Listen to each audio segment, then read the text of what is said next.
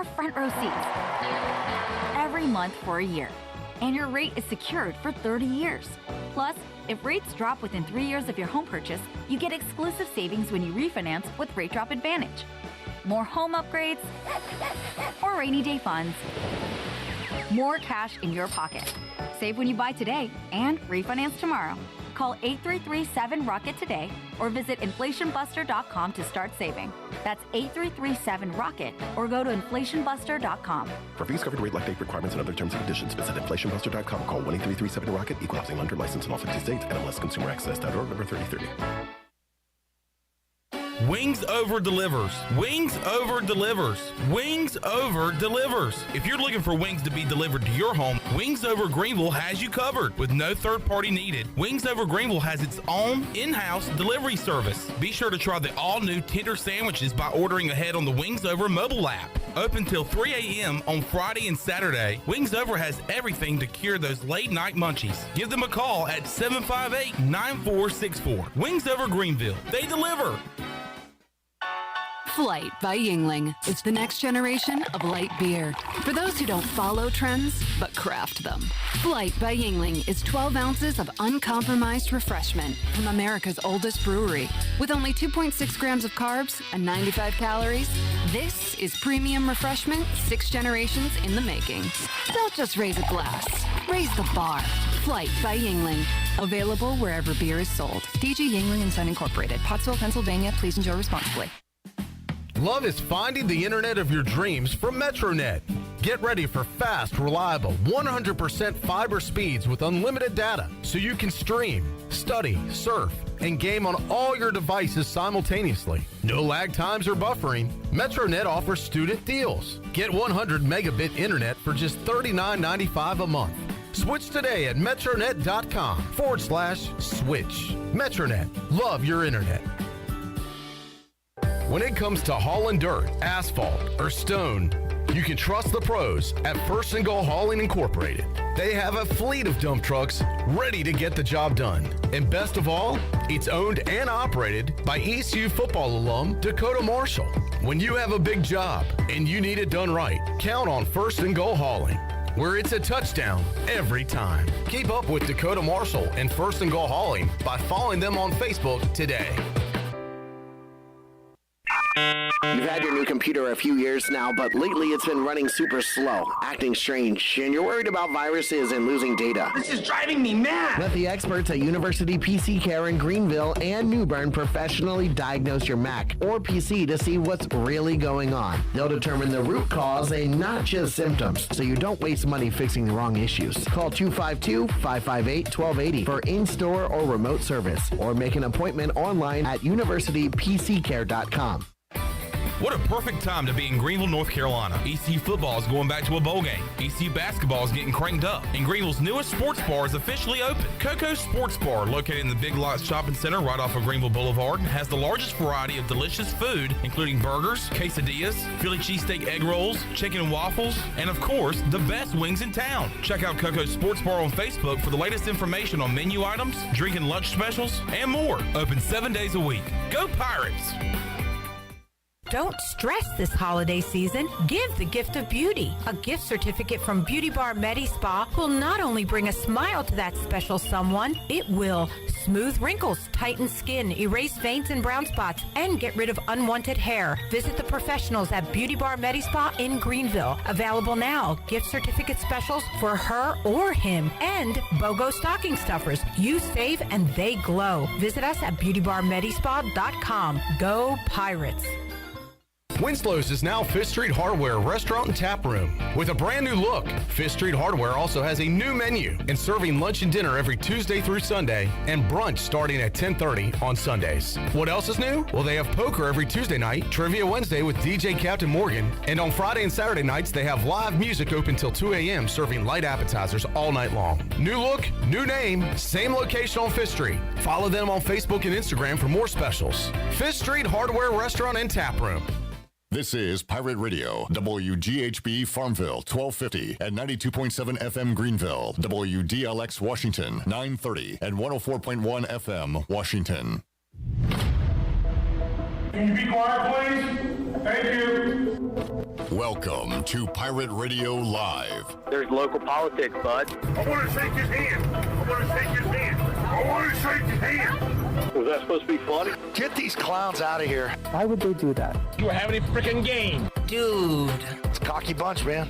Now live from the Pirate Radio studios in the heart of the Pirate Nation, here is your host, Clip Brock. Welcome in to this Monday edition of Pirate Radio Live. Clip Brock here inside the Pirate Radio studios, coming to you on Pirate Radio 92.7 FM in Greenville, 104.1 in Washington. We're on 1250, 930. You can find us online, pr927fm.com, and watch the show and be a part of the program today on Facebook Live and YouTube. We are guest free in hour number 1, so we want to hear from you. Your thoughts on East Carolina, Cincinnati. We'll talk a lot about kickoff times, specifically for East Carolina, Houston, which has not been announced officially yet, but we do have some options, some windows, so we will discuss that for the Pirates' last home game, senior day, senior night, coming up next week at Dowdy Ficklin Stadium. We'll dive into that. We've got Mike Houston's press conference. We'll give you that audio coming up in hour 1 on the Flight by Yingling ECU report. Also, some hoops on the horizon as ECU basketball gets underway on Thursday. The college basketball season, or on Tuesday, the college basketball season is already tipped off. Watched Baylor win earlier today by 50 in a game against Mississippi Valley State. So games going on all day long today, and the Pirates will play their first one coming up Tuesday night, 7 o'clock. We'll talk to Seymour. He'll be on the call on ESPN Plus all season long for home games for East Carolina. So we'll talk to Cy coming up at 4 o'clock, get his thoughts on this basketball team. A lot of unknowns. Does Cy have any answers for us? We'll find out at 4 o'clock. At 4:30, we'll talk to former Pirate catcher Jake Washer. Just had a successful minor league season with the Cubs organization. He will be in town this weekend at the 2022 Down East Hitting Camp. Ryan Meadows joined us last week to talk about that. He kind of puts the whole thing together. Jake Washer going to be one of the coaches who will be helping out the kids this weekend. So we'll catch up with Jake Washer at 4:30. Of course, coming off the Purple Gold World Series over at Clark LeClaire Stadium this weekend. Brian Bailey joins us at 5 o'clock, and we'll hear from ECU head basketball coach Mike Schwartz as he met with the press earlier today for the final time before the Pirates tip it off in 2022. His first game as head coach coming up on Tuesday night. All right, Shirley Rhodes is here. Chandler Honeycutt here as well. How y'all doing? Hey, Clipper, how are you? How was your weekend off? No, hold on. I asked you a question, and you just fired back 2 right at me. It's not about me. No one. I want to know about you. It's not about me. No one cares about how I'm doing. Question 1, doing great. Question 2, it was great. Awesome. Yep. It was great. No, nobody cares. No. Nobody cares what you did. No one cares. No one asked. Nobody asked. Yeah. I'm doing good, though. I'm doing good. Good to hear. I'm doing good after a much-needed off weekend for us and for ECU football. 9 straight football games. Got that break that we needed, and now it's off to Cincinnati. It's on to Cincinnati. On to Cincinnati. I saw I was at a stoplight on Saturday heading to AJ's to watch some of Tennessee and Georgia, and saw that Alan Thomas had taken Shirley Rhodes' Mustang. He had the top down. And he said a phrase, and I said, you know what, Alan? We have really matured because we went an entire week without playing the old Coach Ruff quote. Gonna beat off. From a press conference. Went all week last week. And I thought about it. We should beat off. But I said, you know what? I celebrated a birthday. I'm getting up there in age, getting older. Time to put down the kids' toys. Enough of the silly mess. Enough of that. Enough of that. It's time to get it's no more Mr. Silly Guy. It's all business guy now. Business guy. Business in the front, business in the back. Yep. Business everywhere. No party. No party anywhere. So we went the entire week without playing that quote. We should beat off. And I'm proud of it. I'm proud of that. Somebody said that we should play it. And maybe it was Alan Thomas. Maybe he came in here one day last week, and said, I can't remember, but yeah, I'm surprised we didn't play that audio bit audio bite at least once last week, but we didn't because we are all business here. And if you were at the stoplight and heard two grown men saying that phrase to one another, that is why. It was about football and only football. All right, man, we got a lot to get into. Adam says, all right, Pirate Nation, this is the week we go and slap some Bearcats around. I want to do a very early in the week vibe check on ECU Cincinnati, so get that ready, Chandler. Okay. Josh says, Clipper, happy game week. A W Friday night will be huge for this team. Absolutely, it will be huge for a number of reasons. And John Moody says, hope this week goes by freaky fast. That is a reference to John seeing me while I was getting lunch earlier today. So folks can fill in the blanks on that one. Chime in on Facebook, on YouTube, on Twitter with what is on your mind today. What is on a lot of people's minds is the kickoff time, because not everybody lives in Winterville, in my case, or right literally at the doorstep of Dowdy Ficklin, like Chandler's case. Some people are out-of-towners and have to make plans to come to Dowdy Ficklin Stadium on home game day Saturdays. So we always get that kickoff time a couple weeks in advance, a week and a few days in advance. Well, we did not this time. That is the price of being a good football team, playing big games in November, that they, instead of using the 12-day window, put you on that 6-day window. And it looks like the ECU Houston time will be announced on Saturday rather than today. So we're going to have to wait a little bit longer for that. Now, there are options out there as you start to, you got all the puzzle pieces, which are the scheduled games. Your puzzle itself are networks and kickoff times and agreements and what conference plays on what network and all that.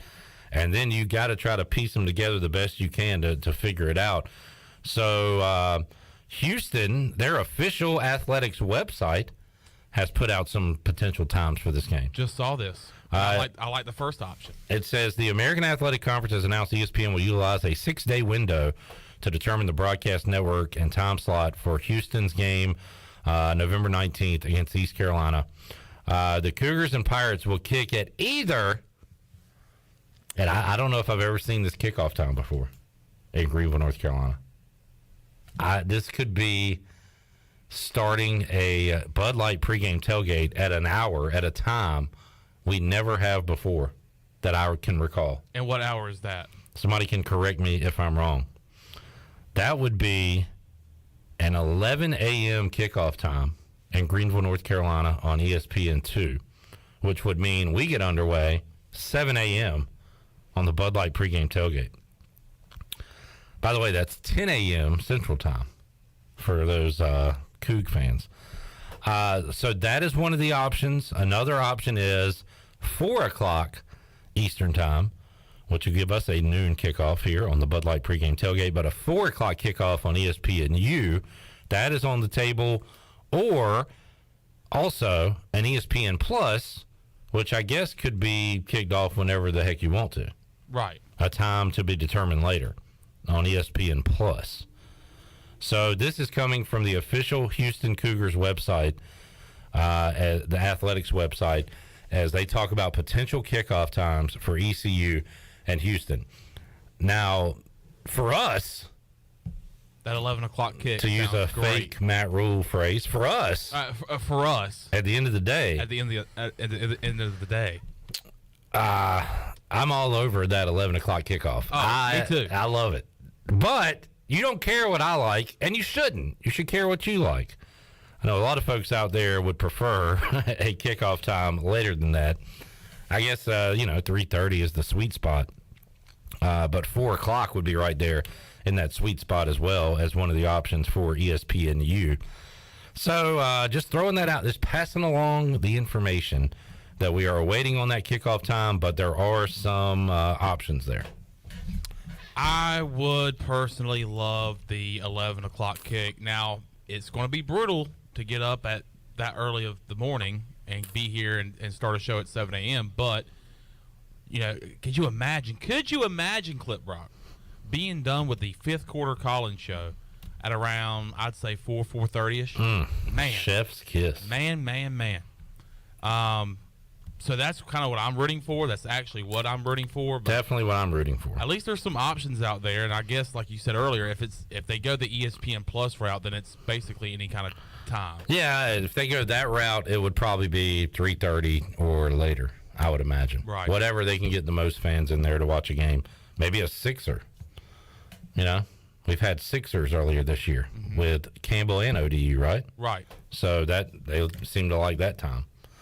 Redbeard says, although with the weather, you know, maybe cooler, maybe you do 3:30, whatever. Right. About 2 o'clock. 2 o'clock is perfect. Game's over at 5:30ish. Fifth quarter over 8 o'clock hour. Let's go 2 o'clock, folks. Let's do a good old compromise. How do we feel about that? Let's go plus and let's go 2 o'clock. Earlier I said senior day or senior night. Redbeard chimes in and says, or senior morning. If kickoff is at 11 a.m., that is the morning. So that is a possibility. What would be your preferred kickoff time? Let us know. If the kickoff is at 11 o'clock, they will be announcing seniors around 10:45-ish. Yeah. With that 10:50-ish. Get your breakfast sandwich and a cup of coffee and get ready to say goodbye to Holton Ahlers and Xavier Smith and Miles Berry and those guys. Isaiah Winstead. Ryan Jones. That's all I can think of right now. I'm not ready to say goodbye to Isaiah Winstead. I want him to keep doing shows on Monday. By the way, yeah, I guess next week we'll have a little scary clapback on Isaiah. Yes, sir. A diss track. He better be ready. No Players Lounge today. Why? Because it is a short week. We're going back to the Friday Night Lights, taking on the Cincinnati Bearcats coming up this weekend. Cincinnati coming off a victory over the Navy midshipmen, where they got the job done. They did something ECU couldn't do, and that's get the job done against Navy. It was not overly impressive, but it doesn't have to be. A win's a win, and the Bearcats were able to get it done this weekend, 20-10. By the way, I mentioned Houston a moment ago. Did y'all see what happened to Dana's team the other night? Did they play that game on a basketball court with a basketball? It was a great basketball preview as Houston almost allowed Big 12 touchdowns, but instead they gave up Big 11, 77-63. Yes, that was the final score of their game against SMU. So now Houston has 2 losses. Let's take a look at the standings real quick. Talk about what ECU needs to do, what needs to happen. So Tulane right now has a undefeated conference mark at 5-0. UCF Cincinnati sitting at 1 loss apiece. Showdown this weekend between the Green Wave and UCF. And we want UCF to get that second loss. We want Cincinnati to get their second loss on Friday night when East Carolina plays them. SMU has 2 losses, and so does Houston. But if ECU can take care of Houston, that would give them 3 losses. Here's what SMU has the rest of the way. They have South Florida on the road. They'll win that one. But they play at Tulane. So right now, we are big Tulane fans, right? We need Tulane to beat UCF. We need Tulane to beat SMU. And we need to take care of our business. And if my math and brain waves are correct, that would be enough to get East Carolina in with a 5-2, 6-2 conference mark. Man, going back to a conference championship since 2009 would be awesome. And yeah, I was glued to that Memphis UCF game the other day. What a great game that was. Boy, Memphis just got broke that Friday night against Houston, didn't they? Where they had it and then gave up a touchdown, onside kick, gave up another score. Then they come here and losing 4 overtime. They're up 17-0. They lose. They have been in a free fall, a complete tailspin since that. And did I see this? And is it correct? But if Memphis was to knock off UCF on Saturday, then the Pirates would control their own destiny the rest of the way. I thought that's what I saw. Well, it would, I guess, depend on SMU and their 2 losses. I don't know how that tiebreaker would work with them not playing one another. Right. So we are Tulane fans and Corey Glore. One thing we are is Corey Glore fans. Should we see if we get Corey on this week to give him some good vibes? Good mojo? I mean... Or would that be bad mojo? I don't know. Should we stay away? We did talk to the guy 2 times the week of the Tulane game because he decided to call into the 5th quarter call-in show. Yeah, and Tulane won. That is right. I mean, yeah, let's talk to him. They're 1-0 when we talked to Corey Glore the week of the game. But ECU lost. Now I'm in a pretzel. Now we're in a pickle. I don't know, man. Now I don't know what the heck to do. By the way, you just mentioned South Florida a while ago. They are without a head coach. They fired Jeff Scott yesterday, who only had 1 FBS win in his 3 years at South Florida. So Jeff Scott out with the Bulls, and they'll be having to look for another head coach. Yeah, they stink. Really bad. 1 FBS win in 3 years.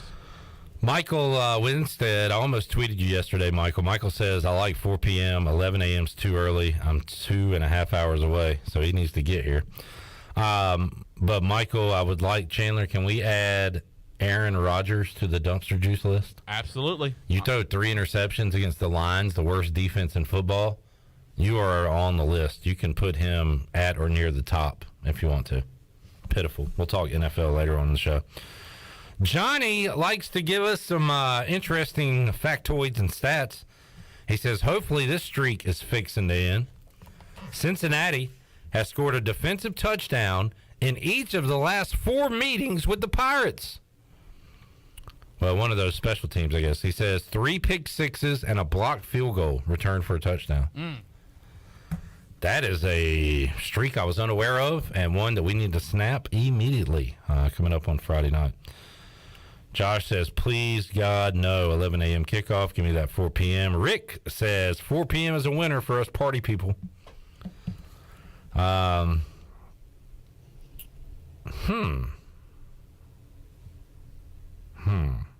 Johnny says ECU can still host the AAC championship game. SMU would need to beat Tulane. Now, we just need Tulane to beat.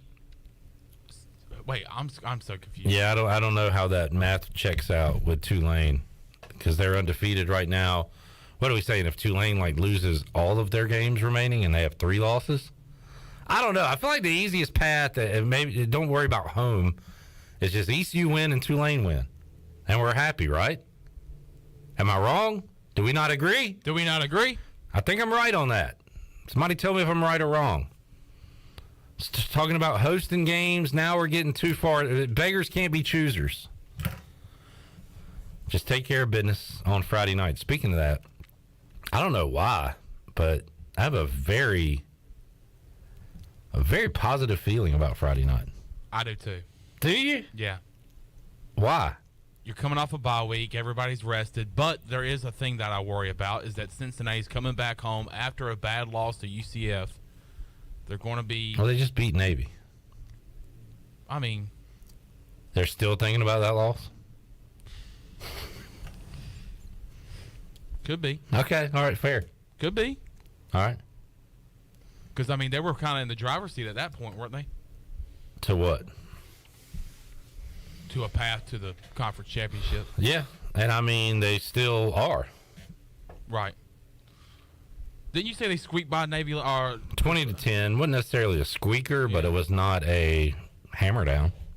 I feel good about this game. I really do. I like, and I think I saw it opened up as a 6.5 point Cincinnati favorite.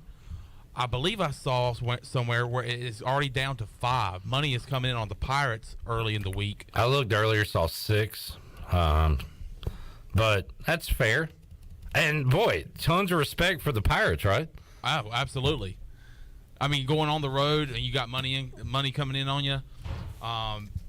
ECU going across country in their last game right before the bye and getting a big win on the road against the BYU team that got throttled by Liberty. But how about Liberty beating Arkansas on the road? Yeah, been a down year for the Razors, but it's a great win. No doubt, great win. I want to see if I can find the last Cincinnati home loss. I'm at 2019, and I don't think it was that year. Nope, they lost on the road at Memphis twice and to Ohio State. Let's go back to 2018. They have the second longest home winning streak going right now, behind Clemson. More on Clemson in a moment, and that absolute disaster the other night. Let's see. They lost in 18 at Temple, Matt Rule, and they lost at UCF. So it wasn't 18. Was it 2017 when they lost their last home game? We're going back a ways now, folks. 2017. All right, they were 4-8. So this is early days. This might have been the year ECU beat them. Yeah, they lost in Greenville. Coach Mo laid it on them, 48-20. More on Coach Mo later. We got a lot of morons, not morons, but more on that coming up later. Mm-hmm. All right, so let's find it. It's got to be this year. It was at Nippert Stadium. They lost to Marshall. They lost to UCF. They lost to SMU. They lost a lot of home games. They lost to Temple. Their last loss at Nippert Stadium, you got to go back to 2017, November 10th. Oh, man, when are we playing them? 7, Tuesday be 8, Wednesday 9, Thursday 10. So we played the 11th. Almost 5 years to the day. The Pirates could hand Cincinnati another home loss. It has not happened since November 10th, 2017, which, by the way, was a Friday night. It's starting to line up. The stars are aligning for a Pirate Road victory over Cincinnati. They are due for a home loss, and it could happen November 11th, Friday night, just like it did November 10th, Friday night, 2017. Throwing that out there. That makes me feel even better about the game. So if I'm reading this correctly off of ECUPirates.com, the all-time record between East Carolina and the Bearcats, ECU 13 wins to their 12 losses. On the road, ECU was 5-7 against Cincinnati. At home, they're 8-5. In the conference, when they're meeting up with each other in conference play, they are 1-7. In the last 10 matchups, East Carolina is 1-9 against Cincinnati, dating back to September 1st, 2003. The smallest margin of victory for East Carolina, 28-26, and a total of points in this matchup in this series, 715, and average points for East Carolina against Cincinnati is 28.6. So, just some history there when it comes to the Pirates and the Bearcats. The Pirates actually won the first 7 games in the series against Cincinnati. You start that series in 1986. The streak ended in 1992. So, just some history there when it comes to the Pirates and Bearcats. And, man, I remember it was when I was in school watching that shellacking, 56-6 in Cincinnati. That was Holt Naylor's first year. Hopefully, and you know his goal is to go in there and change that and get the first win for an opponent in that stadium since, say that again, Clip? November 10th, 2017. 5 years. Yep. Wow. 5 years. Which was a Friday. It was a Friday night against the Temple Owls. All right. You know who has beat Luke Fickell? Scotty Moe. Scotty. A.K.A. the last man standing in Indianapolis. They fired A.K.A. a man that they didn't even promote to interim head coach. They went out and got somebody that's not even coaching. Well, more on that later. Are you jotting down these morons laters? No. God, I'm going to forget them all. Y'all remind me. Michael Winstead feels good about the game Friday. Why? Because his son was at home running routes on his time off. Just running routes, man. That is our boy. No days off. That is our boy. Probably trying to run away from Little Scary. Yeah, trying to. He's scared. He is definitely scared. Johnny, boy, we are in the weeds, man. Break out the weed eaters. Break out the Roundup, because Johnny has us knee-deep in the weeds right now. Spray on the off, because the skeeters and all kinds of mess are biting us.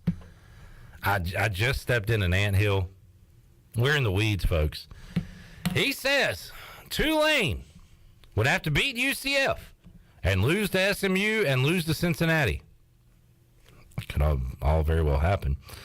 He said ECU would have the tiebreaker over every other team due to their common record, 2-1. Everybody else would be 2-2 or 1-2. And in that scenario, ECU would host the conference championship. All right, Johnny. I'm taking Johnny's word for it. I am too. He is the stat guy. He's been great with stats over the years. Has had some eye-popping statistics and factoids for us. So I'm taking his word. I'm just going to let him handle that department. Johnny, I'm putting you in charge of the East Carolina hosting the conference championship scenario department. You're the president, CEO. You got it, man. He's the top dog of that department. This is all you. My brain cannot handle such. I'm in charge of the East Carolina compete in the American Athletic Conference Championship scenario on the road at Tulane. And for that to happen, Robert says I'm correct. We went out. Tulane wins out. We go to New Orleans for the championship. And wouldn't you like another crack at those guys? I would. Would you? Yes. Don't ask me. Don't ask me if I know Hugh. Just answer the question. Would you? Yes, I would. Okay. And you know who else would? Who? Hugh. I really thought you were going to say another name. No. You got me. Hugh. You really wrote me into that one. Hugh. Got you. I would love another shot against the Glores on a AAC championship Saturday. And then beat them and then call Corey Glore. How cool would it be, by the way? We're saying goodbye to all these teams. Cincinnati, Houston, UCF. And the American championship is ECU Tulane. I mean, how cool would that be? The future of the conference. How much banging your chest and taunting would Tulane and ECU fans be able to do in that scenario? And say, good luck in the Big 12. You couldn't make it in this league. See ya. Maybe you will there. That would be pretty damn sweet. You know what I will say, and this is kind of mean. Get ready for it. I'd tell them to kick rocks. Wow. I'd say kick rocks. Who peed in your cornflakes, buddy? You don't want to know. You know Hugh? He peed in your cornflakes? Yeah. Man. Hugh Williams did. Yeah, I hate that guy. What a scumbag. All right, there are the scenarios. You got our East Carolina goes to Tulane scenario. You've got the Johnny Robertson special, ECU hosts the championship scenario. We're talking a lot about tiebreakers. Mike P says the only thing I care about related to tiebreakers is getting that lunch for two out of the booty bag. Come on. Hey, come on. Well done, Mike P. We also told you that East Carolina, Houston is on hold as far as the kickoff time goes. A couple of options are 11 a.m. Saturday morning on ESPN2 or 4 p.m. on ESPNU. It could also go to the Plus, and if it does go into Plus, John Moody has copied me on a tweet where John loves this TV stuff. He loves the scenario, putting the puzzle together. He actually asked Ryan Robinson about if it's bumped to ESPN Plus, what happens, who determines the time. Ryan confirms that ECU would pick the time if it is on the Plus. And they said they would like mid-afternoon. So 3:30, 4 o'clock probably. I'm saying 2. You know 2? Too damn right. Go to 2. He says if it's on linear, it's on 11 a.m. on the Deuce or 4 p.m. on the U. So we've got all that confirmed by both Houston and ECU at this point. So if they're waiting on the results of this game, if East Carolina wins, you would think that they would put a 7-3 Pirate football team on either the U or the Deuce. Right. I think if ECU wins, who does Houston have this week? Let me look that up. If ECU wins, it's going to be 11 or 4. I think if ECU loses, it'll be a nice, sweet kickoff time for you fans because it'll probably be on the Plus. Houston has Temple, so they're going to win. So they're going to come in here a winner. I mean, it could be a big ball game. Huge game. Coach, big ball game here. a little bit for sure in terms of a little bit. Man, I mean, it's great to be talking about this stuff this late in the year. You remember Mark Lindsay's tweet? The game day of BYU? Yeah, kind of. What was it? I can't remember. I can't either. Something about like figuring out this program or something. I think the future is now. We are the future. We are the world. We are the children. We are the ones that make a better place. So let's start giving or living. So let's start giving. Giving. Shirley, give me some bumper music. And give me a break. Hey, give me a break, Shirley. Give me a break here. Give me a break. I'll tell you one thing we're not going to do this Friday, Chandler. That's hate Shirley.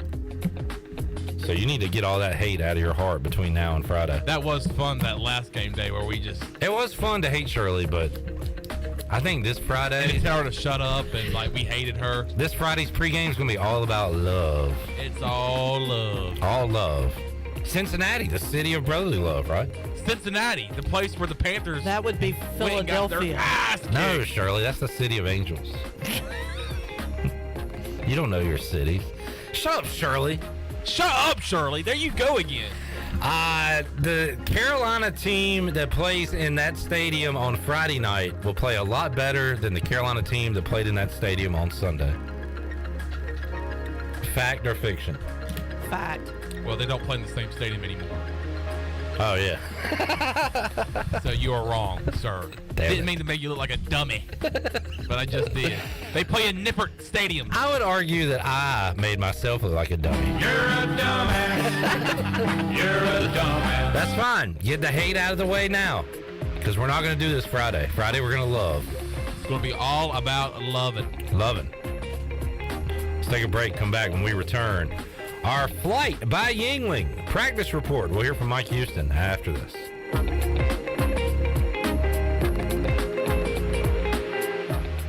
My name is Gary Weaver.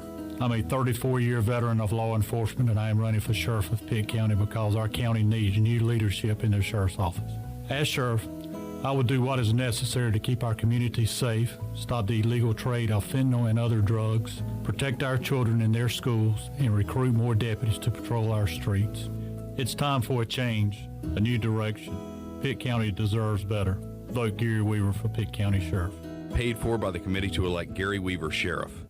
Have you been looking, searching, waiting to find a job that allows you to serve with purpose and be appreciated for your efforts? Cypress Glen Retirement Community has a place for you. With various open positions in different departments, there's an opportunity at Cypress Glen to let your skills and talents shine. Cypress Glen will host a job fair November 9th from 3 until 6 p.m. at their location at 100 Hickory Street in Greenville. All patrons will be expected to complete a COVID questionnaire screening upon entry to the community. For more information, call 830-7069. My whole business just went up in flames, but my agent was there before the fire was out. We started a plan. I've got 25 employees who could be out of a job if we didn't get this place running again. My independent agent and auto owners insurance, they made sure we didn't skip a beat. I mean, we didn't miss a single payroll. That's incredible. For whatever lies ahead, we're always there. This is Norm Bryant with Town Insurance in Greenville. Call me today at 756-8300. Go Pirates. With over 30 locations across North Carolina and southeastern Virginia, Quality Equipment is your local John Deere dealer, where you'll find everything you need for your next project. Our complete lineup of John Deere lawn and garden, agricultural, and commercial worksite equipment comes with years of experience, expertise, and dedication. We know what it takes to get it done right. Stop by today or visit us online at qualityequip.com. North Carolina State Parks is proud to announce that they have partnered with the Hometown Strong program. Our visitor centers are now equipped with public Wi-Fi to help kids with school. Remote learning has become a critical public health measure in maintaining social distance and continuing to educate our young people. Take advantage of Wi-Fi and a hike at Goose Creek State Park or a day trip to the beach and access remote learning at Fort Macon State Park. For more information, visit hometownstrong.nc.gov.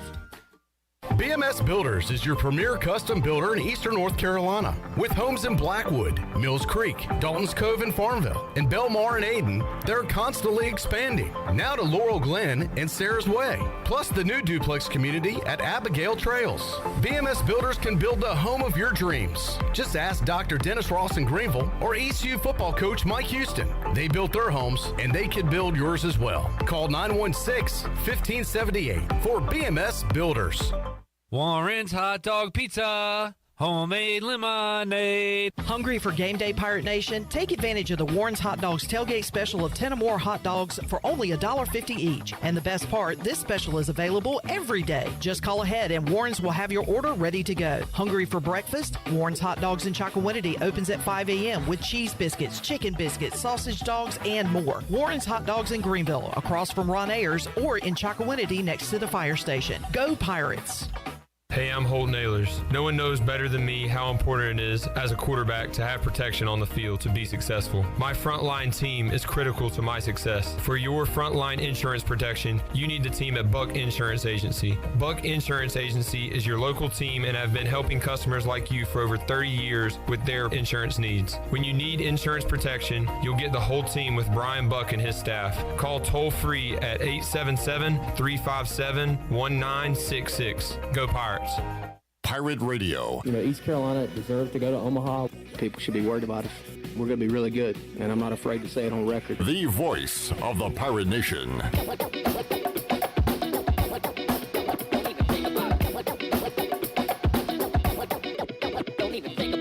You're listening to Hour 1 of Pirate Radio Live. Do you need custom t-shirts, apparel, or promotional items for your business, organization, or event? Keep it local. Print it local with University Sportswear. Contact them today at universitysportswearenc.com. Now, back to the show. Well, excuse me. Welcome back. University PC Care has been Pirate Nation's go-to IT expert since 2006, and they are the local tech support experts for any of your business needs. Let University PC Care take care of it so you can take care of business. Visit universitypccare.com to learn more today. Now let's head back into PRL. Here's Cliff. All right, back with you, Pirate Radio Live here on a Monday.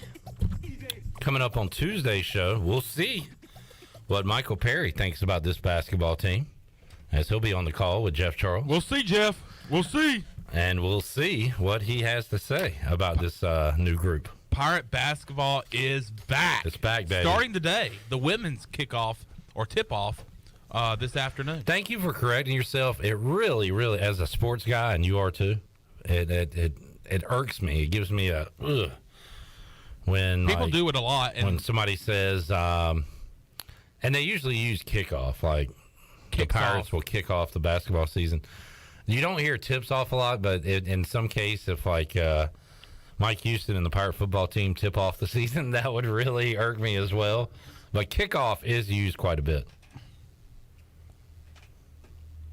I thought Shirley was about to say something. Well, why did you push her microphone away? Because it's in the camera shot, and he wants his face to be seen. Oh, fancy boy. Yeah. It's just, we're professional here. We're business. That's right. It's not professional to have a microphone in front of me. No, he just, you know. But see, now this is a perfect shot. You can see both me and Shirley. White chocolate needs to be seen.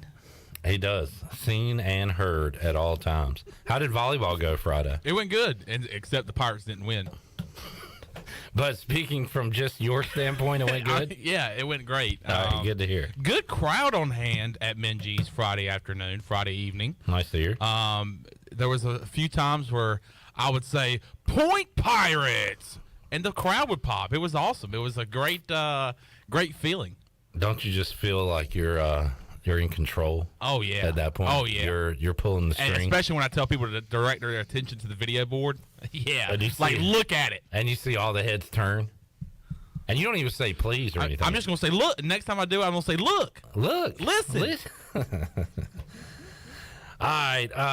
What were we talking about? Anything of importance? No. Oh, tomorrow's guest, Michael Perry, will join us to talk basketball on Tip-Off Tuesday. Tip-Off Tuesday. Right now, we will have our Flight by Yuengling practice report brought to you by Flight by Yuengling, the next generation of light beer. Don't just raise the glass, raise the bar. Flight by Yuengling, available wherever beer is sold. Everything has shifted up a day this week due to the Friday kickoff. So that means Mike Houston held his press conference earlier today, and let's hear his opening statements. Well, it's good to be back at it off the bye week. Had a good focused day yesterday, meeting and practice. Be back out there this afternoon with a fully padded practice in preparation for Friday night. Obviously a huge challenge going on the road to Cincinnati Friday night.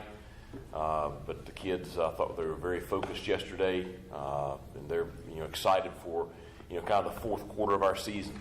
And we talked about it in those terms. Just an opportunity here, at Cincinnati to take on one of the better teams in our league and one of the top teams in the country. They're strong once again this year, and so just a tremendous challenge for us, but one that everyone is really excited about. So should be a good one Friday night. Mike Houston gave his thoughts on Luke Fickell and the program he has built at Cincinnati. Cut to. Well, I mean, I think that you look at the team they had last year, and we all know what was drafted, and also not only what got drafted, but just how well they're doing. I mean, you got several guys who are having outstanding rookie seasons in the NFL, and so I think when you look at the team that we're going to face, we're facing a veteran football team, and so I think it just says that he's done a great job building that program from a depth perspective, and we're going to face a lot of guys that have played a lot of football, guys that have been a part of their tradition and culture, and so they understand what it means to play at a high level and win at a high level. I just think it's just a sign of the outstanding job he's done. All right, big week for East Carolina, finally getting that bye week this late into the season, but some huge games coming up, so you got to keep pressing. You also have to let these guys rest, and he talked about the balance between rest and staying physical at practice.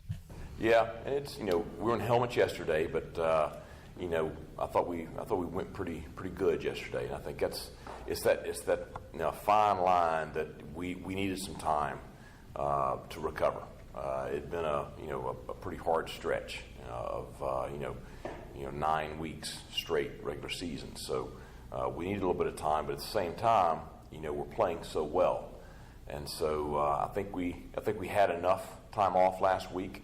We had 3 really good practices. We had a good day yesterday. So now it's, I think today they've got to take that next step with contact because it's going to be a very physical football game Friday night. And, it's going to be a big point of emphasis with us this week is that we've got to, play a certain way Friday night, which that's the way we've been playing.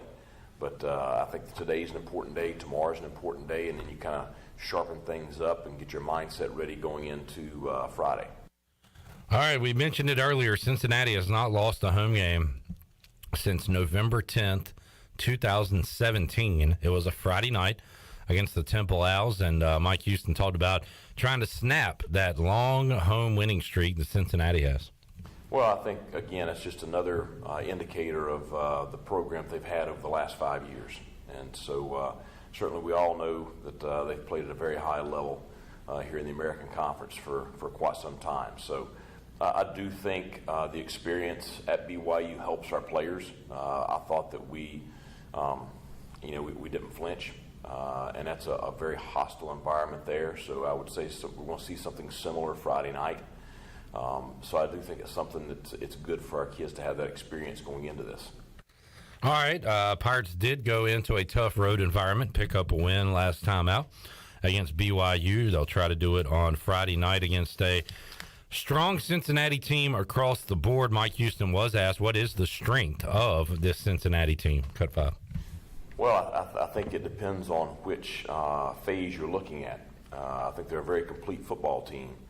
But you look at them defensively, and certainly they rank at the top or near the top in sacks, tackles for loss, negative plays, and so it's a defense that really puts a lot of pressure on you.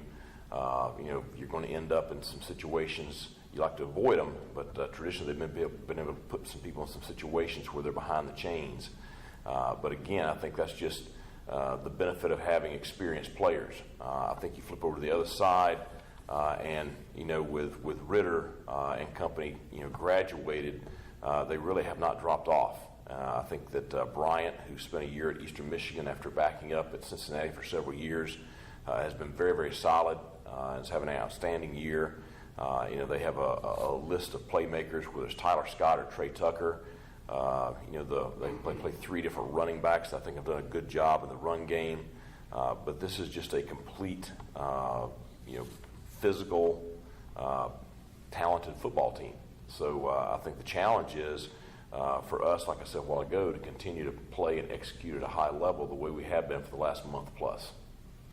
All right, Mike Houston there. We'll hear more from Coach Houston when we return on Pirate Radio Live and continue on our Flight by Yingling practice report as Mike Houston talks more. Also, pre-Washington, Julius Wood and Noah Henderson met with the media today, so we'll hear some of those comments as well as we wrap up hour number one with more on the Flight by Yingling ECU football practice report. More to go after this.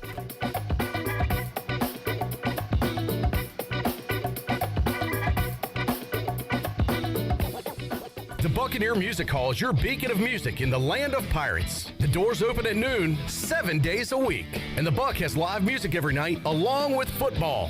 Monday is open mic night, the first Monday of each month. Tuesday, it's karaoke with DJ Captain Morgan. Wednesday, it's acoustic night. Thursday, it's the dance party with DJ Kid Scene and live music every Friday and Saturday night with the best bands on the East Coast. Follow the Buck on Instagram for information and schedule of events. This season, party like a pirate at the Buck.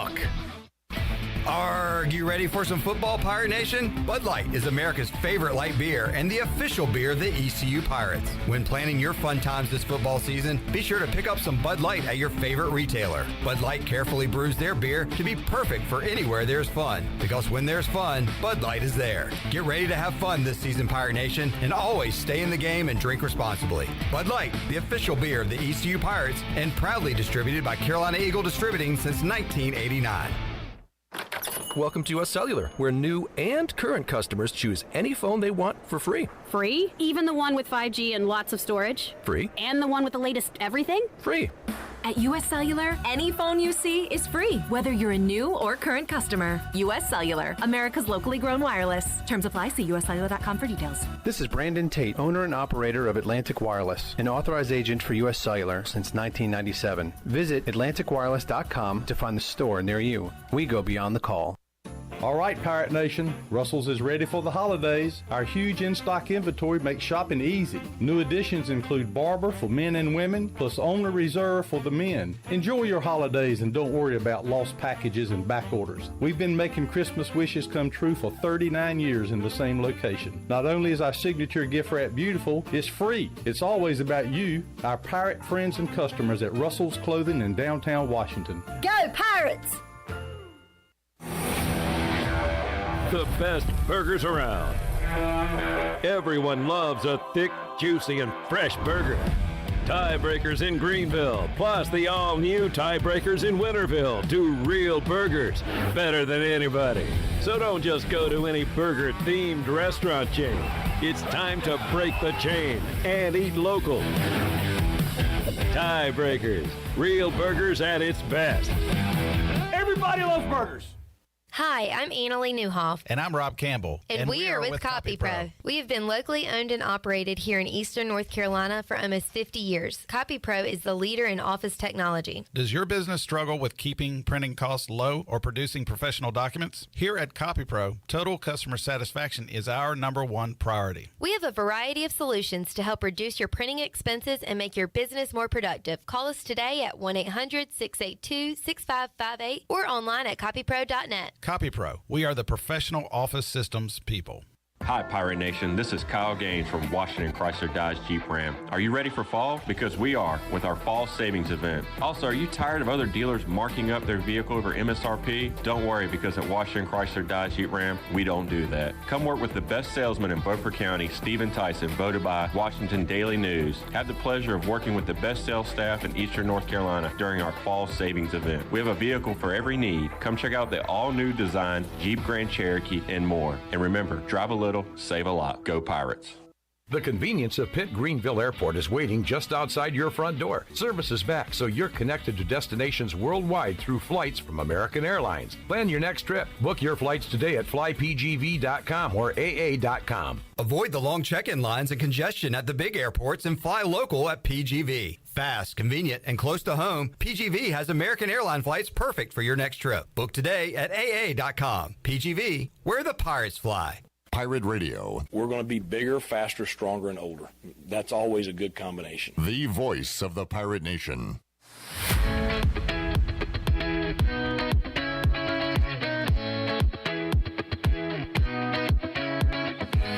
You're listening to Hour 1 of Pirate Radio Live. Do you need custom t-shirts, apparel, or promotional items for your business, organization, or event? Keep it local. Print it local with University Sportswear. Contact them today at universitysportswearenc.com. Now, back to the show. Welcome back. Do you need custom t-shirts, apparel, or promotional items for your business, organization, or event? We'll keep it local and print it local with University Sportswear. Contact them today at universitysportswearenc.com, the official sportswear provider of Pirate Radio. Now let's head back into PRL. Here's Clip. Party Hour 1 here on a Monday edition of Pirate Radio Live. Dawson says hello. Hello back to you, Dawson. Hope you're having a wonderful Monday. You can chime in here on YouTube and Facebook Live. Make sure you give us a like and subscribe. Follow us on Facebook for all the latest, including we got a lot going on today with the Mike Houston press conference and Mike Schwartz ahead of the Tuesday night basketball season opener. So you can watch those interviews on Facebook, on YouTube as well, and see our show, the Brian Bailey Show, every single day, weekday, right here on Pirate Radio, on Pirate Radio TV on YouTube. We are in the midst of our Flight by Yingling ECU football practice report, hearing what Mike Houston had to say about the upcoming opponent, Cincinnati, and the bye week. And Mike Houston was asked about tendencies for East Carolina. They are looking at other teams to see what their tendencies are on third downs, inside the red zone, on down and distance plays, and at the same time, I guess, trying to hide their own tendencies. And Mike Houston was asked about that. How do you go about trying to hide tendencies from other teams? Cut 6. Well, you kind of evaluate yourself the way you do an opponent from a standpoint of just looking at things formationally in motion, down and distance wise, just to kind of see what you're showing. I think that both coordinators have done a good job throughout the season of trying to be aware of things, but we all have tendencies. If you're aware of them, then you can either avoid them or break them. But it's good to understand what they are, because that way you can anticipate what kind of look you're going to get. All right, Mike Houston also talked about, with the bye week, getting back to the basics, fundamentals, especially when it comes to forcing turnovers and protecting the football. Cut 7. Well, I think it comes down to a lot of fundamentals and decision making. So. We spent some time last week really focused on it defensively, trying to, work some get the ball out, punching out, ripping out stuff. Made that an emphasis last week. The same opposite side offensively, as we really focused on great fundamentals. That's the big thing that I really had our coaches on Tuesday and Wednesday, is just really being big on the small things throughout practice, and I think that's where you can let yourself get a little sloppy at times if you're not really on top of it. So I really had them hone back in on the way we finished, the way we got the ball tucked, post catch or post mesh, and so just trying to do a good job of staying on top of that stuff without us having a game last week. All right, in this new era of college athletics, you're going to have to be able to recruit the portal. You're going to have to bring in guys and have them be ready right away to help out your team. You identify your needs during the offseason, and you go out and attack that, bring guys in from the portal. And the Pirates batted 1,000 on that last offseason, and they're seeing the benefits of that during this 2022 regular season. And guys, we talk about like Winstead and Mims and Chance Bates, just across the board, guys that have really contributed to this football team. And Mike Houston was asked about the process of scouting potential incoming transfers and everything that goes with it. Cut 8. I think the big thing is just trying to do your research and really get to know them and make sure they fit your culture, fit your locker room. I think all of our guys have done a good job with that. But, it goes into just, talking to a lot of people that we trust. The coaching profession is such a network that you know so many people. We try to talk to someone that we feel like can give us an honest evaluation. And then, really, I'm still a big gut feeling, meet somebody in person. And, I try to spend a good bit of time with them before we, make a decision one way or the other. And, if I feel comfortable with them, then they're probably going to fit in pretty good in our locker room. And it's really a credit to both our players that we have currently on our roster that, we've grown up, their ability to accept people and bring them into our locker room, and to the new players that we have added this year, and the way they've come in and just tried to be a part of the team, a part of the locker room, not trying to come in trying to be something else. We try to be very transparent with just expectations and the way we operate, and I think that's the big thing, because you want to make sure that everybody understands kind of what the deal is before they get here, and that way nobody feels like they're misled, either us or them. All right, and that process has certainly worked out for Mike Houston and his coaching staff with the studs they brought in for this season. Mike Houston was asked how the younger guys looked when they were showcased during the bye week. You have those the bye week exhibition where the younger guys get to play, and they were in the spotlight. So how'd they look? Yeah, I thought it was really good. It was spirited as always. We do have some young guys that are, playing a little bit for us special teams wise. And so, you're really kind of, tentative as how much work they got. But I'm sure there's something I could say about a lot of different guys. But, I do think that Sam Danka continues to develop. The biggest thing I told him is, I said, anytime you're anywhere around the fueling station or the training table or whatever, I said, you don't need one serving. I said, you need 3. So he's continued to put on weight, but he's got such a long frame. But he's just got to really work at developing that. But I think he's coming along nicely. I think you saw some of the young offensive kids. I was pleased with some of them. But it's just always good to get those guys some reps there and let them go out there and have some fun. And the travel team guys, they get to be the cheerleaders or whatever. And so it was a good way to end the week. All right, so a productive bye week for the Pirates. It is now Cincinnati week. So get ready for the Bearcats coming up Friday night. Our pregame coverage gets underway 4 o'clock Friday on the Bud Light pregame tailgate. We had a really fun time last time we were in here on a Friday, and we plan to do the same with you this Friday. So spend your Friday with us. Looks like it's going to be kind of nasty, rainy. So get inside, gather around your computer, put us up on TV, on YouTube, via your Roku or whatever streaming device you have, and hang out with us on Friday. Yeah, I wasn't aware of the weather situation on Friday, but Brian Bailey's show earlier today, he talked to a lot of area high school coaches who are still in the playoff hunt. And a lot of these teams are actually going to be playing on Thursday. So, yeah, looks like the weather here in town is not going to be looking too good on Friday. But we'll have good vibes here in Studio A and Studio B as we get you ready for ECU Cincinnati. Let me talk about this real quick before I move on and forget to get back to it. A weird deal in the NFL. So the Colts fired Frank Reich. They fired their offensive coordinator last week. So Scotty Montgomery is like one of the last offensive coaches standing, believe it or not, there in Indianapolis right now. But who do they make the interim coach? A guy who's not even on the staff. Apparently he's been a consultant. How would Glenn say his name? Oh, Jeff Saturday. Jeff Saturday. Jeff Saturday. Jeff Saturday, you may remember him. I mean, great player, great Peyton Manning center. There's a great video of Peyton screaming at him on the sidelines. Right, just block, Jeff. I'll call the plays and you block, Jeff.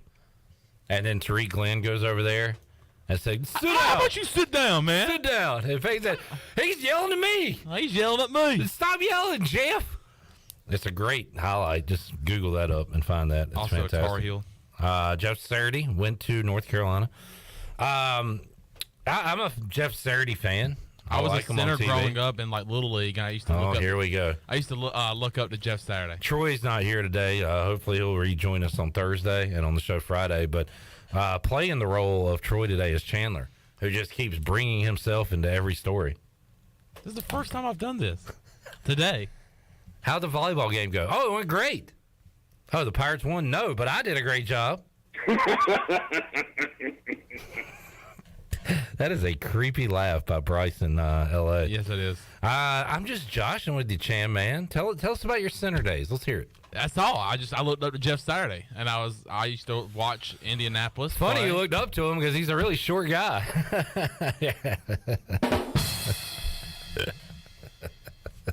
Year, I'm a former long snapper. Oh boy. So what happened? You couldn't do the quarterback center exchanges under center, so they moved you to long snapper? No, I was center too. You played center too? I played center from Pee Wee up to senior year of high school. Okay, well you overshadow that with your long snapping talk. Well, that's center's the smartest guy on offense. Oh yeah, I used to have to tell all my offensive linemen who to block, where to block, reads. You got street smarts, Chandler. Right? Yeah. What kind of smarts do you have? You got field smarts, football smarts. I got football smarts. You are a football guy. Jeff Saturday will take over as the interim coach of the Colts. Now, you joked about Scotty Montgomery getting passed over. I didn't know this. They have 2 former NFL head coaches on the staff. One of them is a former Panthers coach. Can you name him? A former Panthers coach on the Colts staff. I just learned this today. It's not Don Caper. Is he? No, but good guess, because this guy is a defensive specialist, analyst. What are they calling him? Senior defensive assistant. Marty. Who the hell's Marty? No, not Holmgren. He was never a Panthers head coach. Name a Panthers head coach. It's not Ron Rivera. Not John Fox, is it? Yes, it's John Fox. John Fox is on the staff in Indianapolis. That'd have been a much better guess than guys who weren't head coaches there. I thought he was a head coach. Who was the Don Capers was. All right, I know Don Capers. And then George Seifert, I believe. George Seifert. I thought there was a Schottenheimer there somewhere. Marty never coached the Panthers. Did it go from Seifert to Fox? Yes, because Seifert was early 2000s. Okay. Late 90s. And then who'd you say? Mike Holmgren? Why are you just name Panthers coaches, man? Anyway, sorry. John Fox is on the staff, and Gus Bradley, former Chargers, Jags. Boy, you are foo-barring was Gus Bradley not the head coach of the Chargers? I don't think so, Chandler. Look, I am propping you up as a sports guy because you earned that title. You did all you could to earn that title by calling Tennessee over Alabama. And you've done quite well since then, but I'm telling you, this is a rough showing from you. He was the defensive coordinator. He was the defensive coordinator. Okay. Fair. Okay, I'll give you that, but he was not the head coach. Head coach in Jacksonville. Anywho, they bypassed those guys. They bypassed the great Scotty Montgomery to give Jeff Saturday the keys. I saw a tweet from Adam Schefter earlier that said that Jeff Saturday's first thing on his agenda to do is to have someone call plays, and there's nobody, and this doesn't sound right now, but there's nobody to call offensive plays. Yeah. There's nobody on the staff that has called offensive plays before. Yeah, well, because they fired the OC and the head coach. And Frank Reich had been an OC. It's Coach Mo. It's going to be Scotty Montgomery, right? What if he calls in Tony Peterson and they get the band back together? Now we're talking. Now, you know what? You know who? You know what? What? I mean, that's a good idea. What's on second? Wasn't it Tony Peterson that used to always say, you know what? It was, and I missed that reference. Okay, yeah. I'm not a reference guy. This is awesome because That was awesome. October 30th, Jeff Saturday, the analyst, just the guy that talks football, right? Not a coach, tweeted out October 30th at 2:48 p.m. 3 words: Raiders look horrible. This Sunday, Jeff Saturday will be coaching the Colts against the Raiders. And this week, he's going to be asked questions, and he's going to talk about how great the Raiders are. Oh, man, they're 2-6, but they are a really good football team. Carr's great. Devontae Adams, can't stop him. This is a great team. But just a couple weeks ago, tweeted out Raiders are horrible. That's the difference between when you're a coach and when you're not. And You got to have that coach speak. And now you got to be fake, and you got to talk about how great the Raiders are. But I can't wait. I mean, somebody's going to ask him about this. Coach Saturday, a mere 7 days ago, 8-9 days ago, you tweeted Raiders look horrible. They lost to Jacksonville last week, so they're even more horrible now than they were before. Your thoughts? And he's got to go. They're a really good football team. I mean, that was non-coach me, and now I'm coach. and now I'm a coach. Josh McDaniels is a great coach. First of all, great man. Second of all, great coach. They just, you know what? They do things the right way. Just hit all the cliches. Or he can become a legend, an icon, and say, yeah, I said that. Yeah, I tweeted that. Yeah, I tweeted because that. they looked horrible. And I tell you what, they looked better against Jacksonville, but they lost. They're 2-6. They're a losing team right now. They looked horrible, and we should go in there and beat them. Now, if you're the Colts, who pulled the plug on Matt Ryan? Was that a Frank Reich decision, or was that an up-top decision? Because it has contract reasonings as to why he's not playing, I think, where they don't have to pay him a certain amount of money if he doesn't play. So he was the 4th leading passer in the NFL when he was benched. Now, he also led the league in turnovers, so it made sense from that standpoint. But Sam Ehlinger has gone out and lost to the Commandos and lost to the Patriots, and they have not moved the ball at all. If I'm Jeff Saturday, the first thing I do is say, hey, Matty Ice, grab a ball, kid. You're back. What about former Super Bowl MVP Nick Foles? BDF? BDN. BDN? BDN. I ain't talking about ETN. I'm talking about BDN. Sure. Better than Sam Ehlinger.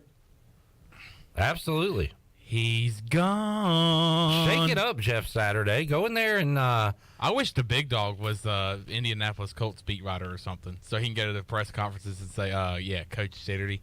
Coach Saturday. Coach Saturday, you tweeted that the Raiders look horrible. Are you standing by that? So when's the Jeff Saturday press conference? I want to see it so he has to answer questions about tweeting the team he's about to play is horrible. That's fantastic stuff. All right, let's take a break. When we return, we are talking basketball. It is Seymour season. He will join us on the other side to talk Pirate hoops and look around the landscape of college basketball. When we return, hour 2 of Pirate Radio Live. Back with you after this.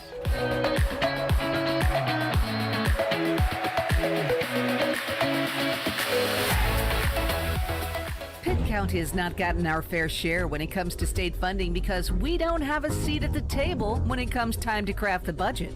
While the legislature is controlled by Republicans, 100% of Pitt County's members are Democrats. This despite Democrats only making up 40% of Pitt County citizens. Furthermore, while most of our county has risen to the challenge of the pandemic and new business, as well as new development, the glaring exception is the town of Bethel. Under Mayor Glorstein Brown, the signs of the times in Bethel are for rent, no trespassing, and out of business. What I see happening in Bethel is what I would love to see happen in my district and within the county.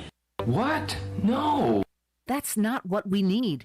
Charles Drock Vincent is a businessman who will be your voice in Raleigh, making sure Pitt County gets our fair share of state funding to facilitate more positive growth in our area. Remember, to vote Vincent, your voice in the State House. Paid for by Vincent for House. So, how does short points work? Well, at Jersey Mike's, 6 regular number 13s plus 3 giant number 7s equals a free regular number 13. So, Pepsi and Lay's now earn more points towards free subs. That adds up. Exactly. Download the Jersey Mike's app and earn rewards towards free subs with every sub, Pepsi, and Lay's you purchase. So, how does short points work? Well, at Jersey Mike's, 6 regular number 13s plus 3 giant number 7s equals a free regular number 13. So, Pepsi and Lay's now earn more points towards free subs. That adds up. Exactly. Download the Jersey Mike's app and earn rewards towards free subs with every sub, Pepsi, and Lay's you purchase. Country Mart has been locally owned and operated for over 40 years and is your premier country store serving the best cheese biscuits and country food around. Country Mart is open every day and has 2 locations in Bethel on Highway 11 and in Stokes on Highway 903. Both Country Mart locations are top-of-the-line fuel stations serving Shell gas, including 93 ethanol-free high-octane gas. Country Mart, fueling you up with great food in your engines with great gasoline. Go Pirates! You've worked hard to make your business successful, and that's why it's really important to always have a bank that's in your corner when you need them. This is Chris Richardson First Bank, and our experienced team of local bankers includes Lee Watson, Ashley Capps, Bonner Latham, Josh Hooten, and Heath Nisbet. To get the business services that are right for your business, come and see one of our experienced team members at First Bank on Arlington Boulevard in Greenville. First Bank, together with our customers, we're creating a world where individuals and communities thrive. Member FDIC. Be sure to check out David Price Construction for all of your commercial or custom residential renovation and building needs. Run by ECU alumni, David Price Construction specializes in commercial projects, maintenance on facilities, and large-scale residential renovations and additions. Proud to be voted the Remodeler of the Year by the Home Builders Association of Raleigh-Wake County in 2018 and Best Business Commercial Remodel Project winner for 2020. David Price Construction, the proud ECU Home Services partner. Hey, Ellerby, have you tried our new menu at Clean Eats? I was planning on going there today. Tell me what's new. First of all, you're going to love our new melts. A melts is a quesadilla folded over like a sandwich full of things like beef and queso and chicken parm. Scott, tell me you got more. Man, I do. We have pretzel bites with queso, our fabulous meat and taters wrap, and we even have Clean Eats mac and cheese, complete with beef or chicken on top. It all sounds awesome. I'm going to head over there now. Fantastic. I hope to see everybody at Clean Eats, 805 Red Banks Road, Arlington Village. Take a hit from a 300-pound linebacker, and you better be wearing pads. Take a hit on the road, and you better have good auto coverage. When you've got North Carolina Farm Bureau Auto Insurance, you've got the best local agents ready to help you bounce back. If you don't, well, you'll probably play football without a helmet, too. In Pitt County, call Carlton Venters or C.J. Messerly at 252-756-3007. North Carolina Farm Bureau Mutual Insurance Company. Farm Bureau Insurance of North Carolina Incorporated. Southern Farm Bureau Life Insurance Company, Jackson, Mississippi. An independent licensee of the Blue Cross and Blue Shield Association. This is Pirate Radio, WGHB Farmville, 1250 and 92.7 FM Greenville, WDLX Washington, 930 and 104.1 FM Washington.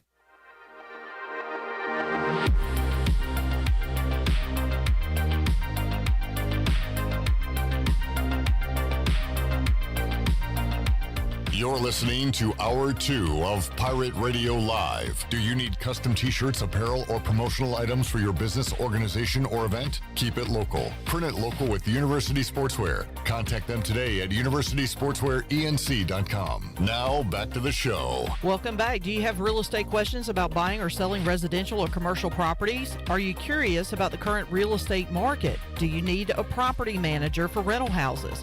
ECU alum Scott Harris with RE/MAX and SD Harris Properties can help answer every question you have and show you a stress-free real estate experience that'll be memorable and enjoyable. If you have real estate questions, Scott has the answers. Call Scott Harris today at 347-1857. Now let's head back into PRL. Here's Cliff. Back with you on Pirate Radio Live here on a Monday. We'll talk some NFL. I also want to talk about the college football playoff landscape as well after what we saw this weekend with Georgia hammering Tennessee, Clemson not showing up offensively at Notre Dame, and where do we sit when it, because I mean a lot of things changed on Saturday, and I want to discuss some of that later on in today's show. We got Jake Washer coming up later this hour, got Brian Bailey At 5 o'clock, we'll get to some Mike Schwartz comments. So still a lot to do on this Monday. Right now, we will head out to the Pit Electric Live line and talk some hoops with Seymour. I love the sport of basketball.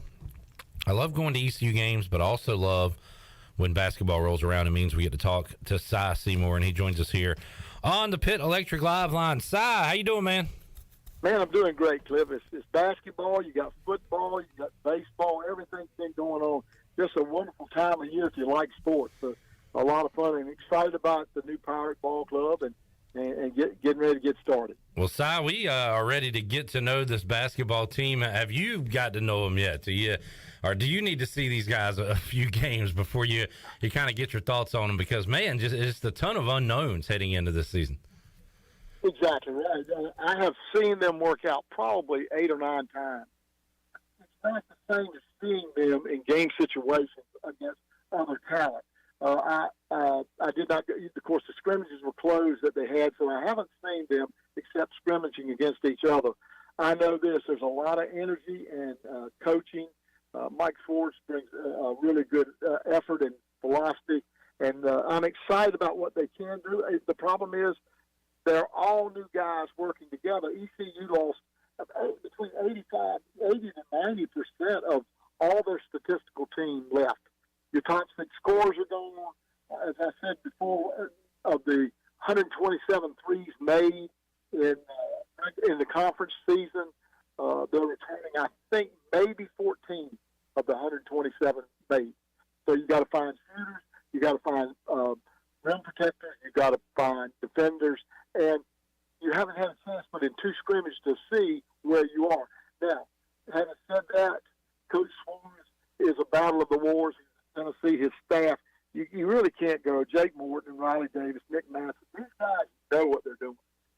But you just, and they know they have been game situations. But Coach Schwartz was at Tennessee. He was at Tulsa. He was at Miami.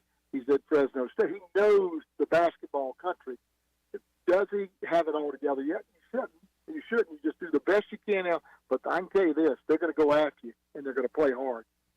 Seymour joining us, Pit Electric Live line. East Carolina opening up with Mercer coming up Tuesday, 7 o'clock, Minges Coliseum. And, do you have any idea if the game is competitive the whole way through on Tuesday night, how many Pirates do you think see the floor? How many guys get game time on Tuesday night? Do you have any idea what Schwartz is going to do there? No idea. I'm not even sure who will be the starters. I mean, it is up in the air. He's going to see effort during practice last week, and then he's going to this last week, and now it's time to figure it on out who gave him the best effort in the scrimmages, and I think it's wide open. I don't think there's anybody, there's no promises. I think when I've watched them, I think Javon Small has played well. I think he's done a good job. I think all of them have played well in sports. And you got Brandon coming back, but I'm not sure. I wish I could be more definitive answers. I'm really not a lot of help to you because it's just I like the big kid that's coming in from Charlotte. I think he's a really Azra is a really good basketball kid. Khalid LeCount, the little guard, has played well. R.J. Felton played well. I think in the long run, Benjamin Biella is going to help you. I think DeMonchi from Tennessee, the transfer, is going to help you.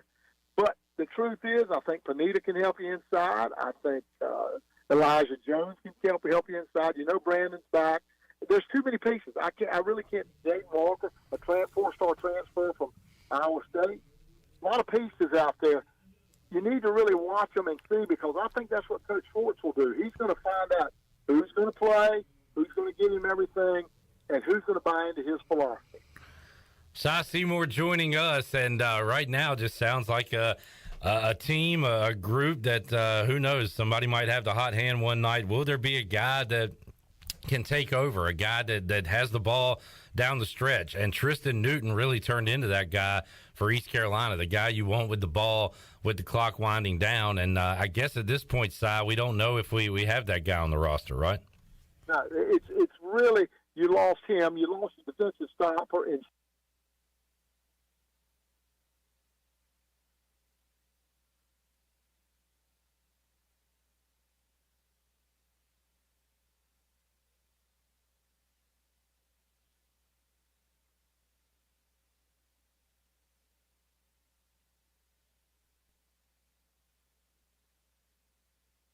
He's going to do a lot of good defensive things. He's going to be aggressive man-to-man, tough playing, and Luigi's a factor in all this too because he can be a rim protector. So a lot of things are going on that can help this ball club. Cy Seymour joining us, East Carolina Mercer, going at it Tuesday night, Minges Coliseum. Cy, when you look around the American, how about Houston going into the season ranked third in the country? They are number 3 in all the land. And I guess we can talk about Kelvin Sampson's team, but who is right there behind Houston? Who's the second best team in the league for this season, in your opinion? I mean, is it, Wes Miller year 2 there in Cincinnati? You've got Penny, of course, with a new contract extension there in Memphis, SMU.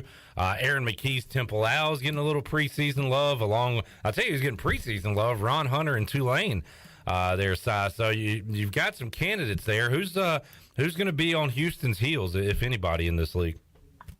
Well, I think all of them can be because when you really look at these teams, they all have great guard play. I mean, when I look up and I see Ron Hunter with Jalen Cook and Jalen Forbes, Jalen Cook was the Louisiana Player of the Year, signed with LSU, went over to Tulane, and was all conference last year. They have great guard play. Kelvin Sampson, as you said, with Tremont Mark and Marcus Sasser. They've got a 4-star guy in DeRay Spalker, a 5-star guy. By the way, a little stat on all this, so you know how good this league is. The top 3 winning programs in the last 5 years, number 1 is Gonzaga, number 2 is Houston, and number 3 is Kansas. That's how good. It's not a fluke that Houston's where they are. They have a tremendous coach. They have 3 or 4 4-star, 5-star recruits that they got in this year, not counting with what they've got coming back. They beat Duke in a scrimmage handily. They're that good. But I think when you look what you just said, Aaron McKee has got done and battle at the guards. Tulane, Ron Hunter, Cook, and Forbes. Memphis, Memphis has 11 guys with 4 years or more experience. 11. They have Larry Brown. They have Frank Hayes coaching them, along with Penny. Kendrick Davis, who's been the player of the year in this league at SMU, transfers over to Memphis. So they've got a point guard, which is what they were really. Tyler Harris left them. He's going to another program. We'll probably see them. Tyler Harris left there. Kendrick Davis will now be their point guard, and he was the American Player of the Year to join this ball club at Memphis. They are loaded, and they are good. But if you had to tell me straight up, nobody's like Kelvin Sampson's Houston team. They're just a different league. You mentioned Cincinnati, Wes Miller. I like them. They've got a 4-star freshman coming in Skeeling, who's 6'9". They got Mike Adam Woods, and they got DeJulius. They have also coming back a great player, Jeremiah Davenport. And then this is how this portal works. Landers Nolly, who was all ACC his freshman year, he goes over to Memphis, gets frustrated in Memphis, and now guess where he is? Cincinnati. So he's Cincinnati, and he made all ACC as a freshman at Virginia Tech. So the league is loaded, and it's loaded more in the perimeter.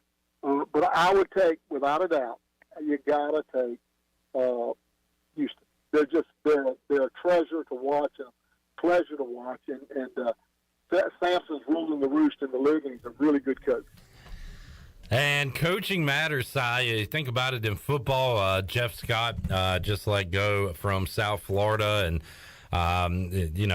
Mike Houston 3-0 against South Florida against Jeff Scott. I'm just thankful we have a good football coach, made a good hire there. But with Kelvin Sampson in basketball, it shows that coaching matters, and really, I guess, a commitment from the administration matters, because they were a mess when he was brought in. I'm looking it up now because I remember East Carolina beat Houston in Kelvin Sampson's first year because the Cougars really struggled. They were last in the league, but how quick was he able to turn it around, and now has them at number 3 in the country. So making the right hire, getting the right guy in certainly matters, and Houston did that, and wow, 8 years ago now, Si, that he was brought in. Yeah. I don't know when Joe Dooley came in and beat him. I mean, they came into Greenville and Joe Dooley beat him. That was a heck of a win for East Carolina that year also. Listen, let's get real clear. Duke went to Houston for their scrimmage. Does that tell you the respect they have for Houston? Like in a close scrimmage, Duke, who can go anywhere, do whatever they want to do. A great move by Shire. He's saying, I want my team to see the best team that we'll see. Yeah, they'd never leave the state of North Carolina before like December, January. For a scrimmage. It's for a scrimmage. Yeah. And I don't blame him. He did the right thing. So that's what you're looking at with them. And to be honest with you, this Mercer team coming in is really good. They've always had a good program. Greg Gary, the coach, of course, is a Purdue former player, a former part of that program. But the other thing about them, they've got great transfers coming in. Jalen Cobb's coming in. He's got the kid coming in from South Florida, who is 6'7", McCary. He can really play. He's going to do well for them. They've got a really good guard at big that will help this ball club, and his name is Hurtado. Is his last name, Louis Hurtado, and he's 6 foot. He's 6 foot, somewhere around 6'7". He can really play. And he can play 1 through 4. He can play any position. This is a very good team coming in now. He's missing 2 of his starters who are hurt. They are just going to be out at the first game, the first couple of months with injuries. One with a thumb, I'm sure. I don't know what the other injuries were, but we won't see them. But this team will come in really strong. I watched them in the scrimmage the other night against LaGrange, and they're well coached. They are solid, and they have good players at every position. They have a 7'2" guy that's young and got to learn, but he's ready to go. A lot of good things going on there, and give Mercer credit. That is always been a good basketball school. They beat Duke in the regionals in Raleigh one night. I was over there it's been a while back. And in other words, they're good. They'll come at you. It's going to be a hard game for ECU. And it's going to be a mystery for all of us to be solved because I don't know who's going to start right now. I really Yeah.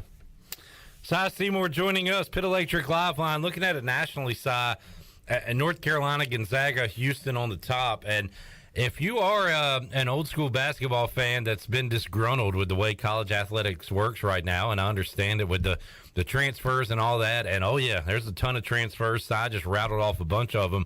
But one good thing, Cy, about the NIL is some of these guys aren't pressured for money reasons to go pro, to go to the G League, to go overseas. They're more likely to return to school, and you're seeing that. You're going to have familiar names with North Carolina, with Baycott, and Gonzaga with Timmy back for another year. A lot of these schools, if you watch college basketball last year, you're going to recognize some names, and the NIL is somewhat responsible for that, but that's a good thing, Si, to kind of see some names, some rosters you're familiar with, because there for a while, and we're going through it here at ECU outside of a few holdovers, but every team is different just about every year. But should be some, some familiarity with some of these guys this year. Yeah, it's funny that you said that. At the end of the year last year, and North Carolina had finished in the Final Four, Jeff Lebo called me and said, I need some help on a guy coming down to Newton. Could I help him out?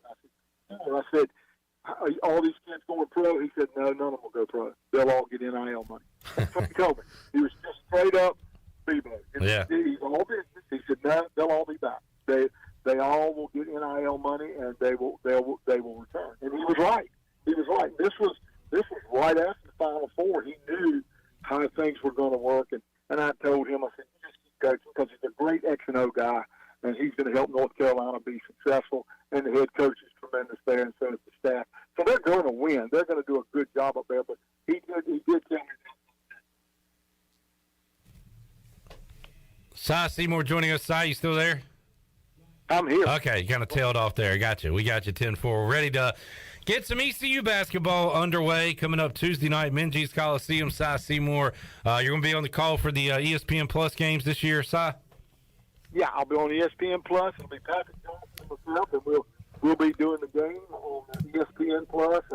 Any of the home games at ECU, I will be on Plus. So looking forward to it. It's a lot of fun. Yeah, I look forward to the basketball season, going to the games, but also keeping up with you, Cy, here on Pirate Radio. So we'll certainly get you on when we can to talk Pirate Hoops. Looking forward to a fun season, man.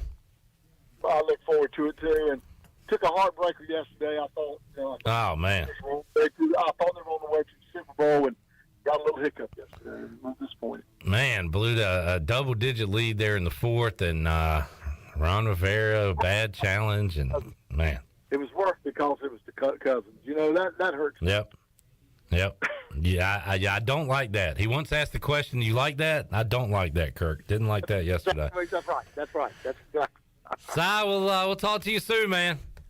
Okay, buddy. Take care of yourself.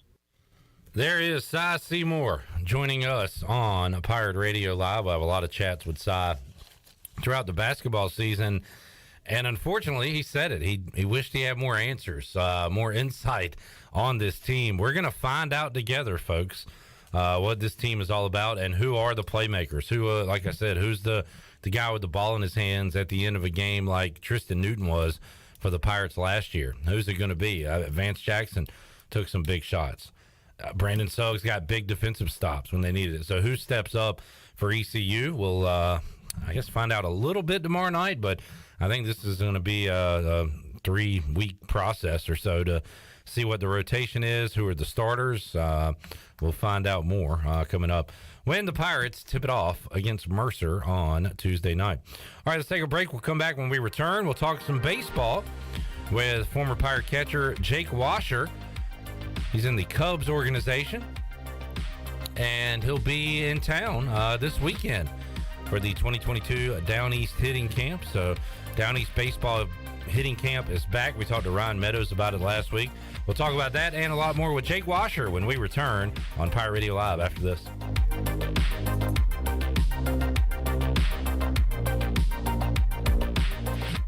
Here today with Jeff Stein from Brown & Wood. Jeff, how's the service department? Service is going great. Like I told you before, 2022 is a year of the customer. We've been voted #1 dealership in Greenville for 3 years in a row, and there's a reason why. For service, we still offer free pickup and drop-off, so we're trying to make it super convenient for the customer. And right now, our customers are repairing their vehicles more than ever. How can people make a service appointment? They can go to brownwood.net or dial 355-6080.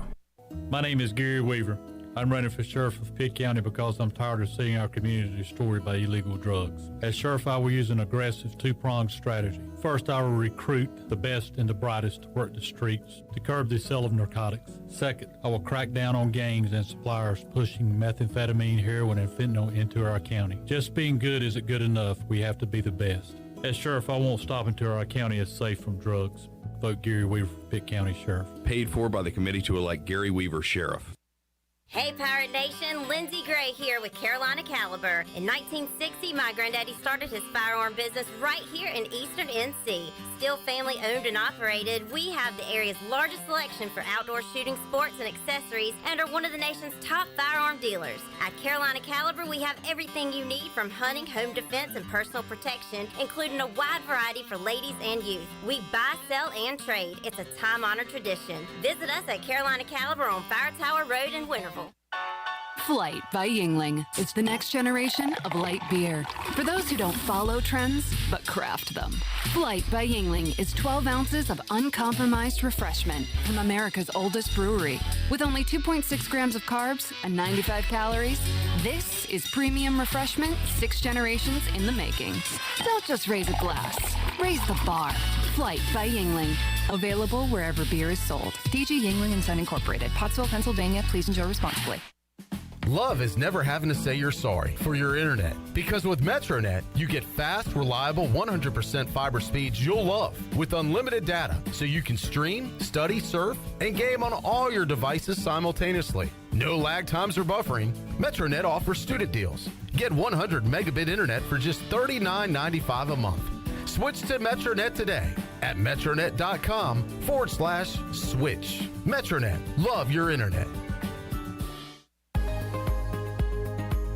Hello, Eastern North Carolina. If you're looking for a great place to work with competitive pay and a multitude of advancement opportunities, Pitt County Schools is hiring. We employ over 3,500 people, and we're one of the largest employers in our community and region. Pitt County Schools is currently seeking teachers, bus drivers, school nutrition personnel, facility staff, custodians, clerical staff, and more. We offer advanced leadership opportunities for our educators and competitive pay for our skilled labor force. Come work for a diverse, thriving school system and be an important part of ensuring success for the students of Pitt County who are the future of Eastern North Carolina. To fill out an application, visit our website today at pittschools.org. That's pittschools.org. And remember, education is truly a team effort. Pitt County Schools. Live and lead.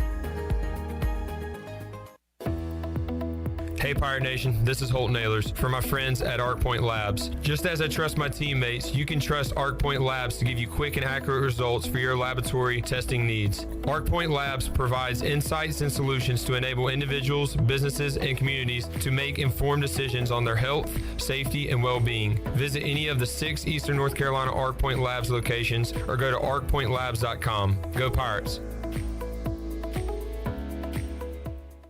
This is ECU Assistant Football Coach Roy Tesh, and you're listening to Pirate Radio, the voice of the Pirate Nation.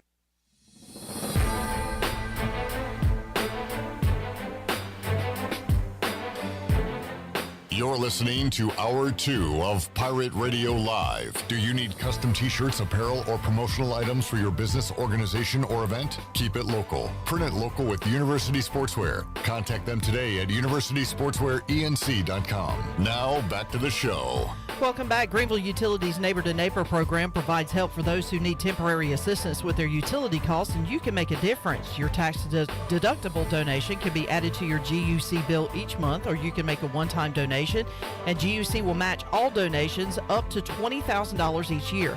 Consider helping a neighbor with GUC's Neighbor to Neighbor program. Now let's head back in to PRL. Here's Cliff. Great time of the year. Hoops tipping off on Tuesday. Pirate football on Friday. We're just coming off the Purple Gold World Series at Clark LeClaire Stadium over the weekend, and more baseball in the area this weekend in the form of the 2022 Down East Hitting Camp. And Ryan Meadows joined us last week to talk all about it. They got some great instructors at that camp, and it's going to be a big event, and Jake Washer will be a part of it, helping out the kids along the way. And Jake Washer, the former Pirate catcher, joins us now on the Pitt Electric Live line. Jake, how you doing today, man? I'm doing great. Thank you for having me. Yes, sir. And Major League Baseball season wrapping up over the weekend with the Astros winning the World Series over the Philadelphia Phillies. A lot of fall ball going on as well with the Purple Gold World Series over the weekend here at Clark LeClaire Stadium. And Jake, will talk about your minor league baseball season last year and also a Down East Hitting Camp, the 2022 Down East Hitting Camp. You'll be a part of that coming up this weekend at North Pitt High School. But first of all, what are you up to this off season? What's your day-to-day like during a professional baseball off season? Well, it's not very glamorous. So I wake up most mornings to work, find my time to train in the middle of the day around lunch, and then I have lessons, baseball lessons, in the later parts of the afternoon. So I'm pretty much work 5 days a week.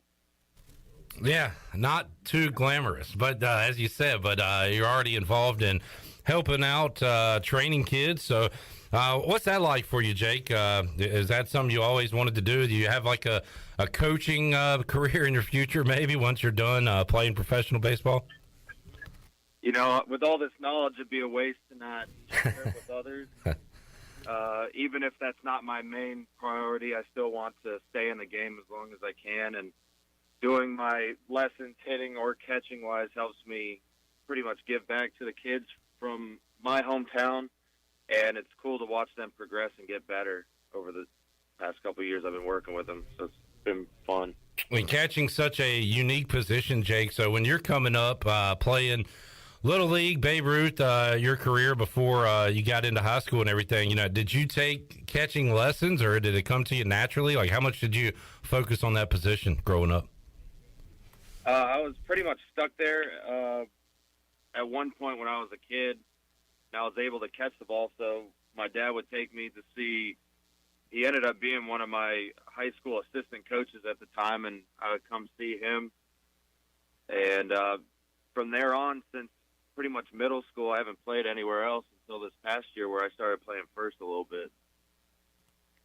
So I've been back there a while. Yeah, and playing a little first as well. And I know Cliff Godwin, Jeff Palumbo put a major focus on defense. So was that something new to you coming to East Carolina and getting into the pros, or is that something you already had as far as framing, as far as, you know, throwing down to second, throwing to third, the defensive side of things? Right. So I pretty much committed solely off my bat, I would say. And then Cliff, obviously, every day worked with me catching-wise and made me the catcher who I am today with all that repetition and practice and just the mentality of going through it.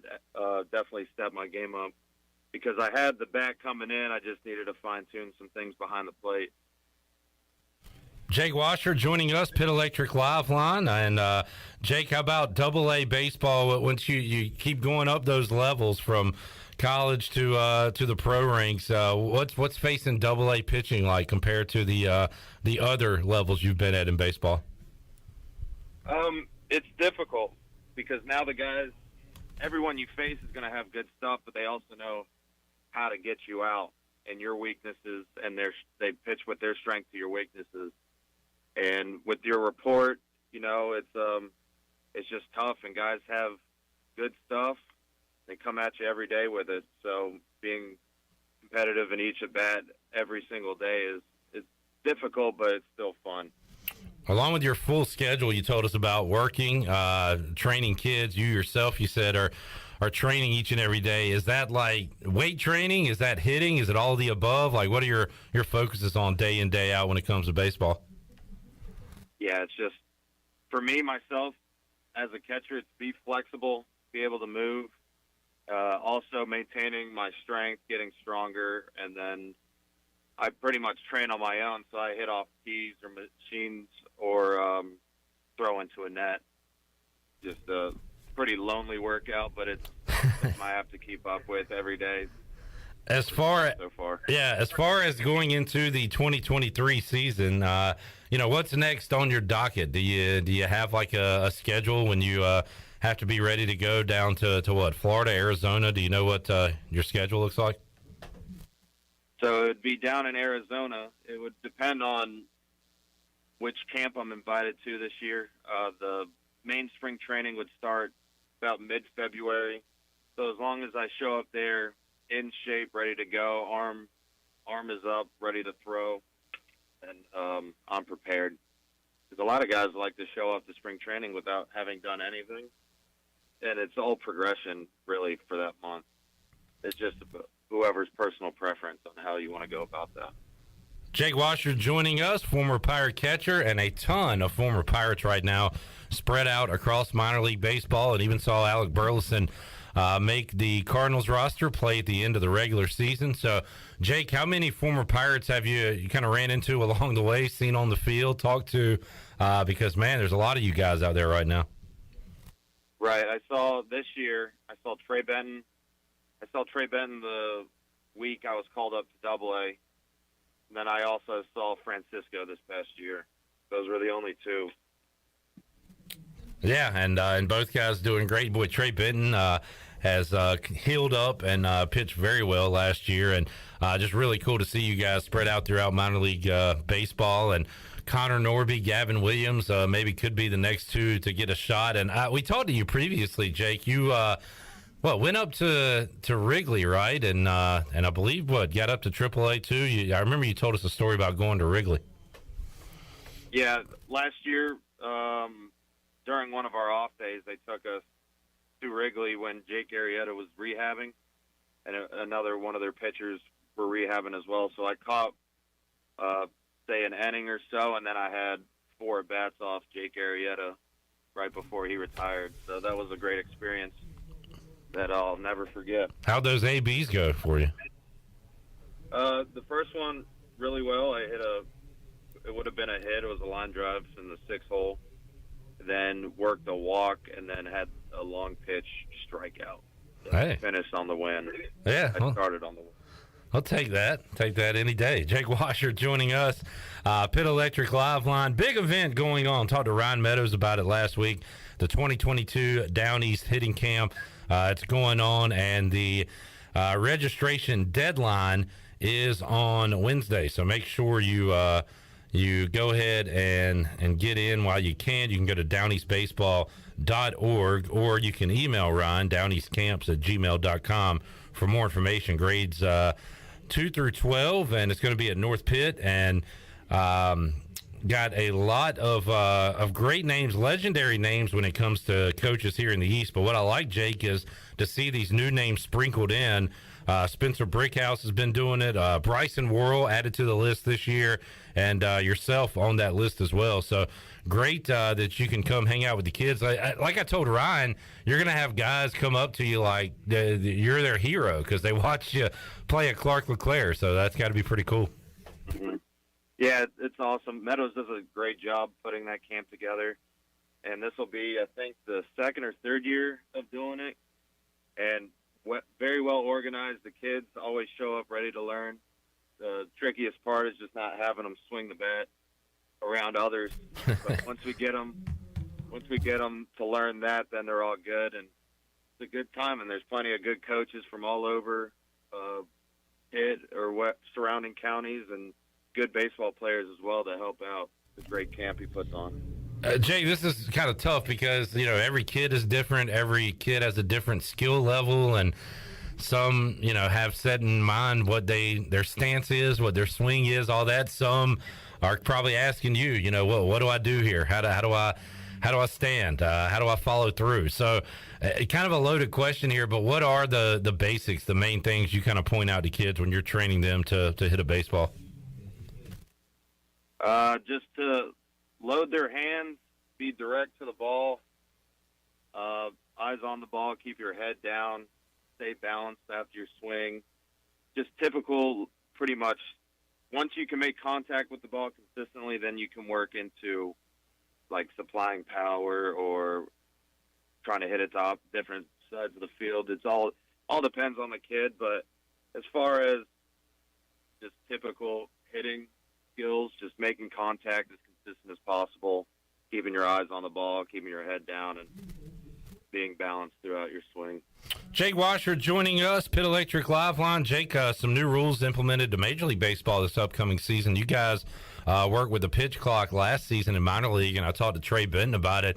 He said he liked it. I think one time he said in one instance he did get caught up and they called a ball on him because he wasn't ready to pitch. So how about that from a hitter standpoint and from a catcher? I mean, you got to be ready to go pretty quickly. How did you like or dislike the pitch clock? As far as the length of the games, it was great. I know early on in the season, we were finishing games in 2 hours, just left and right. Yeah. Double-A, they were a little more lenient. It depends on when they start the clock. It's either when both the hitter and pitcher are ready, they'll start it, or when the pitcher gets the ball back. However, when they start it is a big dictator on how it'll affect the game exactly. Because runners on base trying to shake and get a pitch out, that's when it becomes tricky, especially when catcher pitcher aren't on the same page and he's shaking you off. But as far as length of time, usually you get into the rhythm and you get used to it. I know guys that got called up this year and made it to the big leagues that everyone was like, hey, slow down, you're not on a pitch clock anymore. But now they're ready for it, having gone into the big leagues, but they got a little bit more time. And that's what I thought it needed, was just an extended couple seconds. Yeah, I'm interested to see how old vets like Scherzer, who I guess works pretty quickly anyway, but some of these older guys that have been in for so long, Kenley Jansen kind of takes a while. I'm interested to see how these guys kind of handle it early on, start of next season. Mm-hmm. Yeah, it'll be interesting to see who it throws off and who doesn't. From my experience, most pitchers were able to adjust very easily, and it helps get them out of their own head, less to think about, and kind of just on a pace. Also, the shift will be banned. How many shifts do you see in minor league baseball? Do you face a lot of those? We have not. They didn't have shifts for us this year. Okay. You have to be in the dirt. Feet have to be in the dirt, and then I think it's 2 position guys on each side of the bag at all times. So you might have a shortstop almost right behind second base, but not all the way. Interesting. And I don't know how I feel about it. Everyone has their opinion, but if it works, it works. But I know lefties will enjoy that. because it's usually for them yanking ground balls that are going to get more hits out of it. Yeah, you won't have that second baseman out in short right center field scooping it up. Yeah, I think that if a defense wants to play that way, they should be allowed to, but nobody cares what I say, and nobody should, so whatever. I think it's just however he gets set up to get the person out, I think it should be allowed. Yeah, I kind of feel the same. Jake Washer joining us, Pit Electric Live Line. He'll be here in the East coming up this weekend for the Down East Hitting Camp. Going to be a great event. Jake, appreciate a few minutes of your time today, man. Keep up the great work and have fun this weekend out at North Pitt. Thank you, Cliff. Good talking to you. All right, great catching up with Jake Washer, former Pirate catcher, part of the Cubs organization, and does some teaching on a daily basis, and now will bring his expertise to North Pitt High School coming up this weekend with the Down East Baseball Hitting Camp going on, and Ryan and company also do a pitching and catching camp as well that'll be later on. So Ryan and the crew does a great job with these camps here in the East. Let's take a break. We'll come back. We will wrap up Hour 2. Coming up Hour 3, Brian Bailey. Still want to talk college football playoff. Still want to talk NFL from yesterday. And some Mike Schwartz as well. Also, we'll kind of reset the beginning of the show where we talked about kickoff times for Houston. Basically, there's 3 options out there. The Pirates could play Houston at 11 a.m. Eastern here in Greenville next Saturday. Could be at 4 o'clock next Saturday. 11 a.m. on ESPN2, 4 o'clock on the U. And then it could go to Plus, which would mean East Carolina would determine the kickoff time. We won't know until Saturday night when the Pirates will play Houston officially. So wanted to throw that out there once again. More to go. PRL back with you on a Monday after this.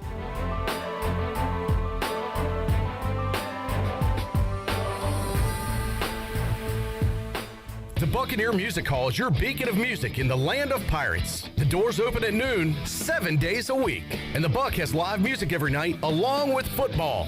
Monday is open mic night, the first Monday of each month. Tuesday, it's karaoke with DJ Captain Morgan. Wednesday, it's acoustic night. Thursday, it's the dance party with DJ Kid Scene and live music every Friday and Saturday night with the best bands on the East Coast. Follow the Buck on Instagram for information and schedule of events. This season, party like a pirate at the Buck. Pirate fans, it's your last chance to see East Carolina football at Donnie Ficklin Stadium this year as the Pirates wrap up the 2022 home schedule, hosting the Houston Cougars on Saturday the 19th. Tickets are still available in the lower bowl for just $50, and for just $35 you can get a great view from the upper deck. It will be senior day for the Pirates, so pack the stadium and give this special group a Pirate Nation ovation and a great purple and gold send-off. Call 1-800-DIAL-ECU or go to ECUPirates.com to get your tickets today. Hi, this is Jeff Charles for my friends at Ed Watkins Marine. I've known Ed personally for years, covering his winning performances on the football field and on NASCAR's pit road. Now Ed is winning on the water, and you get to win too. You win with awesome prices on boats from Ed Watkins Marine, and of course, great service after the sale. If you're looking for a new boat, contact Ed Watkins Marine today. They will deliver anywhere. Find them online at edwatkinsmarine.com and tell them The Voice sent you. Hey Pirate Nation, Shimmer Boutique is your one-stop shop for all your tailgate essentials. This is Holt Nailers, and if you need a Yeti cooler, apparel, shoes, or accessories for the season, Shimmer has you covered. Shimmer Boutique is also the exclusive retailer in Greenville, carrying the largest selection of built when broken gear for adults and youth. Be ready for game day and every day at Shimmer Boutique on Greenville Boulevard behind Starbucks and in Winterville across from Lowe's. Go Pirates! Do you have any real estate questions about buying or selling residential or commercial properties? Are you curious about this current real estate market? Do you need a property manager for all your rental houses? This is proud ECU alum Scott Harris with RE/MAX Preferred Realty and SD Harris Properties, and I would love to help answer every question you have and show you a real estate experience that will be memorable and enjoyable. Every step of the way, I'm here to make your dreams a stress-free reality. Call me today at 347-1857. That's 347-1857. Go Pirates! Reba! Chico's Mexican Restaurant in downtown Greenville is the perfect place to get all your amigos together for some Mexican food, fun, and football. Chico's has been a game day tradition for Pirate football fans for over 30 years. Whether the game is home or away, make it a Chico's Day for some great specials and the best chips and salsa in town. Chico's Mexican Restaurant in downtown Greenville and online at chicosrestaurant.com. Go Pirates!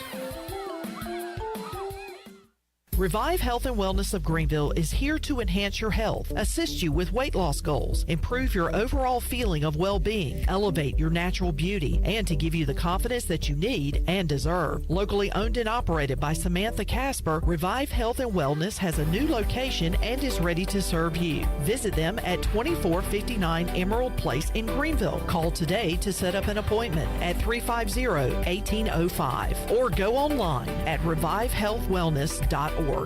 I'm Sam Jones, and for more than 3 generations, my folks have kept the fires burning for Eastern North Carolina Whole Hog Barbecue. At Sam Jones, you'll find our smokehouse pumping out wood-fired meats, cooked fresh every single day. There are no freezers at our place. Everything, and we mean everything, is made fresh daily, including our sides, sweets, and sauces. Stop in and see us, and I bet you'll be able to taste our passion in just one bite. At Sam Jones Barbecue, you'll find plenty of smoke, but no mirrors.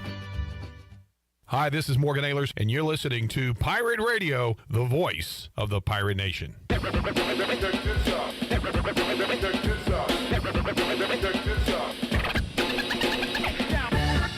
You're listening to Hour 2 of Pirate Radio Live. Do you need custom t-shirts, apparel, or promotional items for your business, organization, or event? Keep it local. Print it local with University Sportswear. Contact them today at universitysportswearenc.com. Now, back to the show. Welcome back. Be sure to check out David Price Construction for all of your commercial or custom residential renovation and building needs. Run by ECU alumni, David Price Construction specializes in commercial projects, maintenance on facilities, and large-scale residential renovations and additions. David Price Construction, the proud ECU home services partner. Call them today at 919-291-5532 or visit them online at davidpriceconstruction.com. Now let's head back in to PRL. Here is Clip. Back with you on a Monday edition of Pirate Radio Live. Clip Rock, Shirley Rhodes, man of Chandler Honeycutt here. And what a Saturday in college football. You had 3 headliners and some undercards as well. But in those headliners, Georgia took care and really dominated Tennessee, 27-13 the final, as Tennessee got a late touchdown.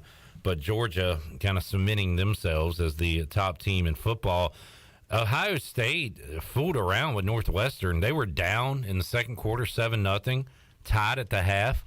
They do win it 21-7, but not very impressive. That's why Georgia, when you look at the college football playoff rankings, should be number 1 on Tuesday night when those are announced. You had Notre Dame hosting Clemson, and shame on me. I told you all week how much I love Notre Dame. I had it in our top 10, top 15 picks.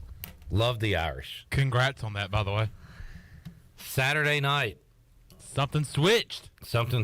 I saw the line, I think, go from like 3.5 to 4. And I just started thinking about it, and I don't know. I lost a lot of people were on Notre Dame, and that made me want to switch to Clemson. All day long, I was sitting on Notre Dame plus 4. And then it literally was like 15 minutes before game time. I was watching it at my dad's bar, at his seafood bar.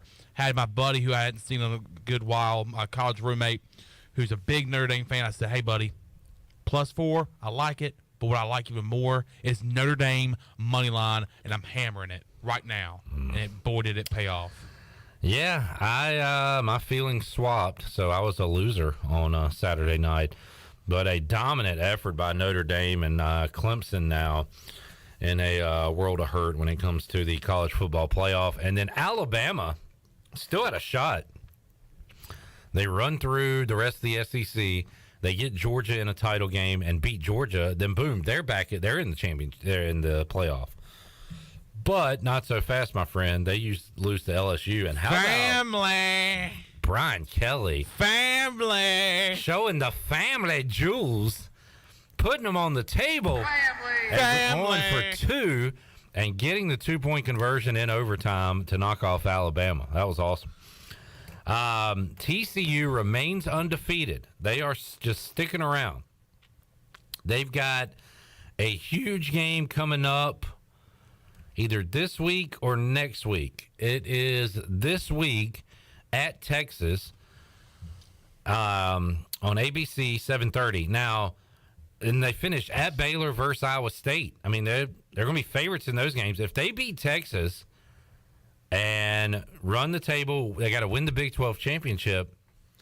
TCU, how much credit did they get in the Big 12? What happens if Oregon keeps winning? Oregon's lone loss, they were blown out by Georgia. Since then, how about this? They have rolled up. They lost 49-3 to Georgia week 1.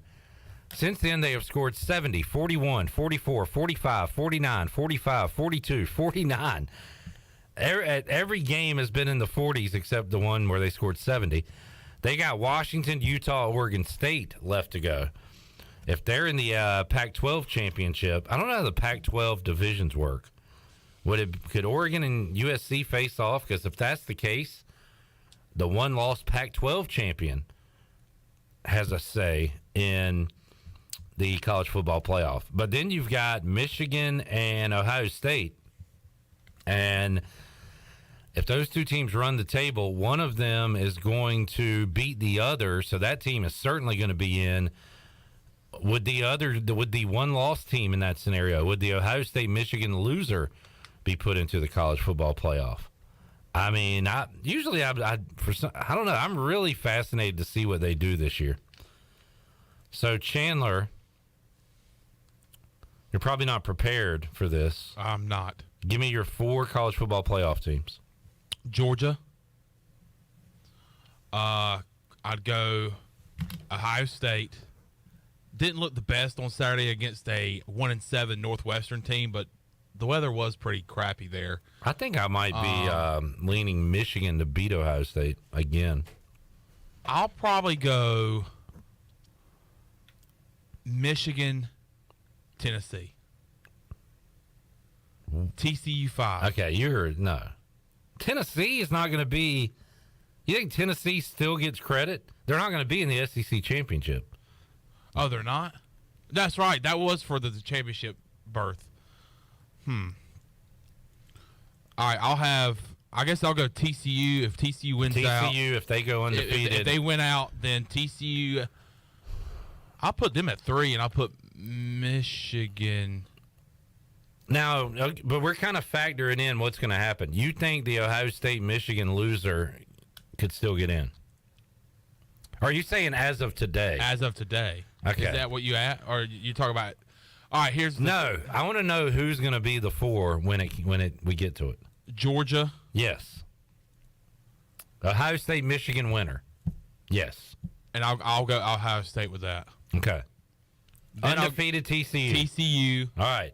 So here's who's left. The Big Ten loser, Tennessee, is still there. And then Oregon or USC as a one-loss team. Or if LSU somehow beats Georgia in the SEC championship, does 2-loss LSU get in? Good Lord. That's what I'm saying. It's fascinating. Now, I don't think that's going to happen. I think Georgia's going to win it. But who's the 4th team? If you go undefeated SEC, undefeated Big Ten, undefeated Big 12, who's number 4? 1-loss Pac-12, 1-loss Tennessee, 1-loss Clemson. I just think Clemson's done. No. Clemson, well, it'll be what? Clemson and North Carolina in the ACC championship game? Yeah. 1-loss North Carolina. I was just about to say, what about the Tar Heels? No way. Where does the Tar Heels stand after yesterday's update on the standings? Where are they in the top 25? 15th in AP, 14th in coaches poll. Wow. Man, a lot to be determined. And it's not been like this in years past because we've had like a pretty stamped top 4 by this time in college football. Am I correct? Or Has there been this many scenarios since college football playoffs has been a thing? I think that's why I might be even more into it this year, because it is so wide open and there's still so much more to go. And if Texas beats TCU on Saturday night, which they might be favored in that game, I haven't looked at the line, then that opens up another window. That means that the Big Ten loser, Ohio State, Michigan, has a crack at it. That means Tennessee is still alive, and they just got to hope that there's a Pac-12 loss for USC and Oregon somewhere along the way. Let me check real quick. 7:30. Yeah, Texas is favored by 7 against undefeated TCU on Saturday night. It's in Austin. So that's why I'm fascinated by this. Usually I don't care. This year, I'm all in, and it's changing week to week, so it's fun. And I mean, it's happening because you have games like the Notre Dame game where Clemson's knocked out. I mean, beat up bad by Notre Dame at home, and then I still thought if Texas goes on to do, I mean, a 7-point favorite in Austin, I guess I could see the Longhorns being the favorite there at home. But I mean, say they live up to the expectations of Vegas and knock off TCU, then there goes another chance. You know, it's just it's continuing to unwind each and every week, and it's all because of these great matchups. It matters when you lose, and Oregon lost early, but has ran the table since and could find themselves back in it. And I am interested to see if there's another loss here and there, because man, Tennessee looks like one of the best 4 teams in the country to me. Could they sneak back in? I certainly think they could. I mean, they're 5th right now in the AP poll and the coaches poll. The college football playoff poll will come out on Tuesday. So I don't know. I'm fascinated by it. By the way, Tulane, the highest ranked Group of 5 team, 16th in AP, 17 in coaches. Other Group of 5 teams in the top 25. Wow, there's only one more. And it is Hugh Freeze and the Liberty Flames sitting at 8-1. That is it. Cincinnati on the cusp. They are practically 26th in the AP, 27th in the coaches poll. East Carolina didn't play this weekend, and we lost our 2 votes. Man. We had 2 votes last week. What have you done for me lately? They are not receiving any votes, but can certainly receive quite a bit of them if they knock off Cincinnati on Friday night. All right, let's take a break. We'll come back. When we return, we'll talk to BB, Brian Bailey. We will hear what Mike Schwartz had to say earlier today. Also, I want to dive into some NFL and recap Sunday. We'll do all of that, plus what's on your mind. You can check in, Facebook Live or YouTube. Make sure you give us a like, a sub. And we'll be back with more, Hour 3 of Pirate Radio Live after this.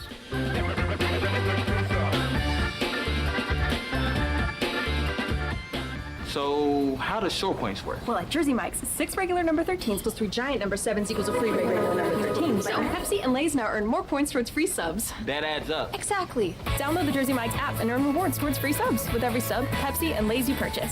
So how does short points work? Well, at Jersey Mike's, 6 regular number 13s plus 3 giant number 7s equals a free regular number 13. So Pepsi and Lay's now earn more points towards free subs. That adds up. Exactly. Download the Jersey Mike's app and earn rewards towards free subs with every sub, Pepsi, and Lay's you purchase.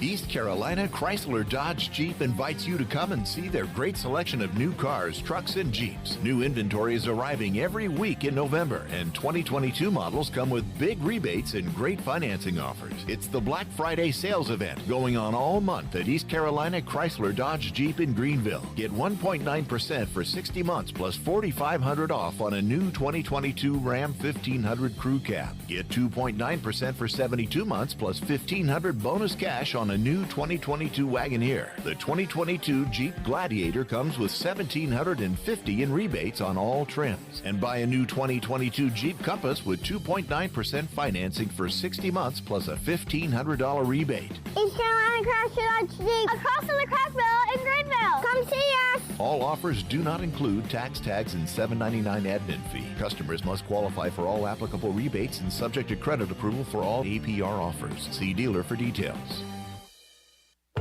This is Talbot Green with Angel Oak Home Loans. If you're looking to purchase a home, it is still a great time, and being pre-qualified before you begin shopping is an advantage. At Angel Oak, we offer a wide variety of programs ranging from conventional, government, and portfolio loans that can fit most financial situations. To get started, contact our experienced team of Talbot Green, Braxton Green, Joanne Weir, or Wanda Hager at 751-2060. NMLS 1719250, Equal Housing Lender. Whether you're at the worksite or the trailhead, you need an ATV with power and performance, technology to make every job easier, and a time-tested promise of quality and dependability. You need the 2022 Honda 4Trax lineup, available now at Ron Ayers Motorsports, Highway 11 north of the airport in Greenville. Then you'll learn how life is better on a Honda ATV. For riders 16 years old and older, Honda recommends that all ATV riders take a training course and read the owner's manual thoroughly. Hey Pirate fans, this is head coach Mike Houston. The physicians at Orthopedics East and Sports Medicine Center have been taking care of our athletes here at East Carolina for more than 35 years. Whether it's treatment for your sports injury or if it's time for that joint replacement, Orthopedics East provides the latest in operative and non-operative orthopedic care, physical therapy, and diagnostic testing. For experienced and professional services, call the folks who have been taking care of me and many of our fans in Pirate Nation, or visit them online at orthopedicseast.com. Go Pirates! Wings Over delivers. Wings Over delivers. Wings Over delivers. If you're looking for wings to be delivered to your home, Wings Over Greenville has you covered with no third party needed. Wings Over Greenville has its own in-house delivery service. Be sure to try the all-new tender sandwiches by ordering ahead on the Wings Over mobile app. Open till 3 a.m. on Friday and Saturday, Wings Over has everything to cure those late night munchies. Give them a call at 758-9464. Wings Over Greenville. They deliver.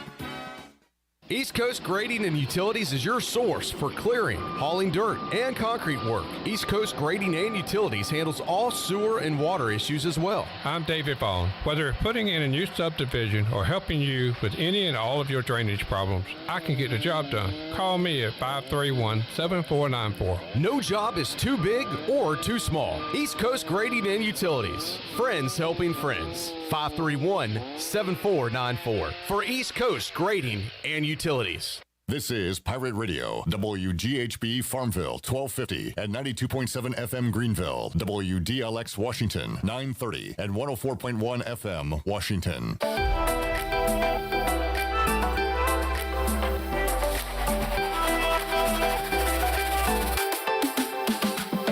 You're listening to Hour 3 of Pirate Radio Live. This hour of PRL is brought to you by Bud Light, reminding Pirate fans to stay in the game and drink responsibly. Bud Light, the official beer of the ECU Pirates, and proudly distributed by Carolina Eagle Distributing since 1989. Now, back to the show. Welcome back. To get the business services that are right for your business today, contact the team of experienced local bankers at First Bank. The team includes bankers you can trust like Ashley Capps, Lee Watson, Bonner Latham, Chris Richards, Josh Hooten, and Heath Nesbitt. First Bank, together with their customers, they're creating a world where individuals and communities thrive. First Bank on Arlington Boulevard in Greenville. Now let's head back into PRL. Here's Cliff. Back with you on Pirate Radio Live. Warren Sharp on Twitter posted, well, I asked Chandler off the top of your head, Frank Wright, Matt Rule fired. What do those two teams have in common the last 3 years? What's something they've done that maybe led to their firings?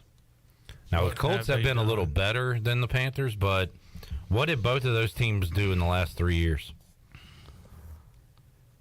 Only win 10 games? Well, maybe they did that because, I thought the Colts have been more competitive. They both brought in different retread quarterbacks on an annual basis rather than find a guy and try to build with him. Colts go Rivers, Wentz, Ryan.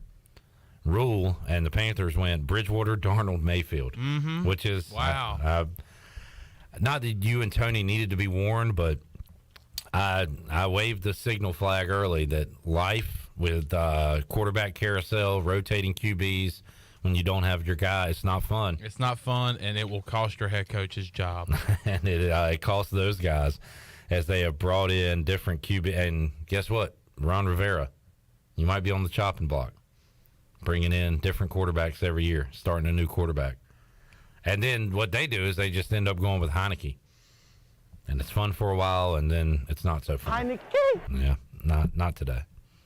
For a while, I was ready for that. But brutal fourth quarter for Washington yesterday. We'll talk a little NFL later on. Right now, we'll get to Double B, Brian Bailey, who joins us on the Pit Electric Live line. BB, how you doing today? Doing great. How are you? Fantastic. And coming off a bye week and ready for another week of Pirate football. It'll be Friday night against Cincinnati. And I don't know, man, just hearing folks, seeing what people are saying on the message boards. It's got a big game feel to it. People are excited that the Pirates are playing big-time, high-stakes football games this late in the year. Going to be fun. Yeah, Coach Houston said it last week that he's always preached to his teams, they remember November, and I think that that's what he really wants this team to accomplish. 3 games in the month of November. They're at 6-3. We all look at the past accomplishments of this team and know that they could just as easily been 8-1. But you can't go back and put the toothpaste back in the tube. You got to make the most of this 6-3. And if they could, if they could somehow win out and get a little help, they could play in the American Conference Championship game. And what a great turnaround story that would be. Yeah, still alive, still a chance to do that, and East Carolina needs to do their part by winning out the rest of the way. That would be wins over Cincinnati, Houston, and Temple. Bailey, what do you think about the line? Cincinnati, a 6-point favorite against East Carolina. They are really good at home, haven't lost at home in a long, long time, and a 6-point favorite on Friday night. And they've won 31 straight at home, and that's the second longest current home winning streak. Clemson is the only team that has won more games in a row at home. So, yeah, that's a lot of games. 31 straight at home. They've played really, really good football at home. They've dominated this conference. I didn't realize that in the all-time series, the Pirates actually lead by a game. But when you think back about it, when I first got here in the mid-'80s, Cincinnati wasn't very good, and the Pirates took them to the woodshed a bunch leading up and then into Conference USA days. But of late, Cincinnati has turned the tables on East Carolina, has been pretty dominant. So I'm looking forward to it. It does have a big game feel. I mean, I think we all realize that this Pirate team is going to a bowl game, but they've got bigger aspirations. They've got a fifth-year starter at quarterback in Holt Nailers. They've got really good, players on Keaton Mitchell and Isaiah Winstead. They've got a defense that's played really, really well most of the season, and I think that they really think they've got a chance to go up there and get a win. Brian Bailey joining us, Pit Electric Live Line here on a Monday edition of Pirate Radio Live. You mentioned Clemson a moment ago. Their home winning streak continues, but their road losing streak sits at 1 after losing to Notre Dame on Saturday night. Major shakeup in the college football playoff with what went down. Georgia knocking off Tennessee the way they did. Notre Dame beating Clemson, and LSU kind of putting the death nail in Alabama. Bama still had a shot if they made it to the championship, knocked off Georgia, had a chance, but now 2 losses for Alabama. So a lot of shakeup in the college football playoff potentials from Saturday night. And how much fun was that on Saturday to have it off Saturday? You just kind of kick back and watch games and enjoy them, and it was a lot of fun. That LSU decision, to go for 2 and go for the win right there, which I've never been a big fan of. But the more I think about it and analyze it and look at it, I'm not a big fan of overtimes 3 and 4 just being 2-point conversions. I don't like that at all. So maybe you do. You just put the game's on the line, but there's so much on the line in that one play. But basically, that's what it's going to come down to anyway. So you might as well go ahead and get it over with. Yeah, and I don't know, maybe Brian Kelly had confidence in 1 2-point conversion. Like you said, if they'd have kept going to overtimes, they would have had to empty the playbook. But he had his one. He was ready to go, and a huge win for him in year 1 down there in Baton Rouge. Now we see, what happens from here. Does Bama even make the championship, the SEC championship, with 2 losses now on the west side of things? And where does Tennessee? I mean, are they on the outside looking into this thing at this point? It kind of depends on what TCU does in the Big 12. Does Oregon get back in play in the Pac-12? A lot of questions. Does Michigan and Ohio State get in? Does the loser of that game get in? So it's pretty fascinating to talk about now when you look at this college football playoff. Yeah, it really is. And, I don't think you mentioned USC. They still got to be around there somewhere. trying to get in. So I think when you look at everything that's involved, again, remember November, but that's what's going to be playing out. The SEC probably, still looking at 2 slots, but they may not be able to get them now. USC still has at UCLA, who is ranked pretty high, and then Notre Dame. So they can pick up 2 wins there and then win the Pac-12 championship. And who knows, maybe Oregon or USC out of the Pac-12 could be in the college football playoff. A lot of fun to follow week to week with upsets and with big things happening. Bailey, talk a little NFL. The Commanders, man, once again have a chance to win a big game at home like they did against Tennessee a few weeks ago. And some Ron Rivera questionable timeout usage and challenges kind of hurt them down the stretch there. And, of course, the terrible penalty on a field goal attempt didn't help them either. But the Vikings, Kirk Cousins goes back there, picks up a win on Sunday, and another wild NFL Sunday. How about the Bills losing to the Jets? You just never know with this thing. And I was surprised at the schedule the way it was. I guess with the teams that are under byes, but with just the 2 afternoon games. Oh, it stunk.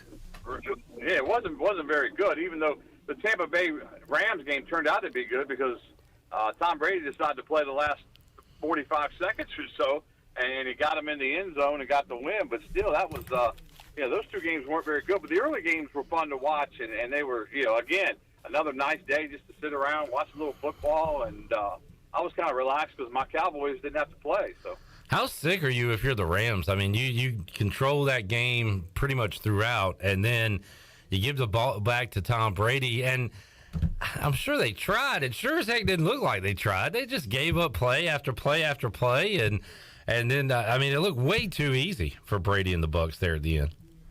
It really did, and in that situation, you hear coaches say all the time, you're defending the sideline because that's where they want to throw it to get out of bounds. If they throw it and don't get out of bounds, the game's almost over.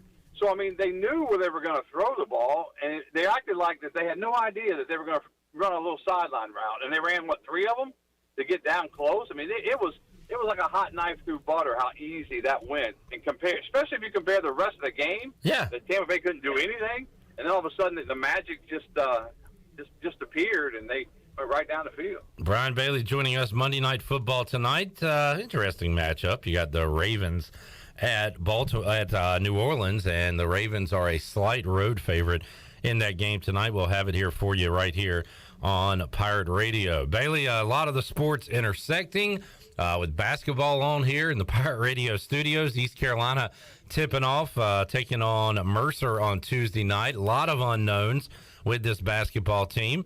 And, I guess we'll find out on Tuesday and these next few weeks who's in the rotation for Mike Schwartz. Who's he going to be counting on? Because I don't know the answer to that, and I don't know if he knows 100% the answer to that right now.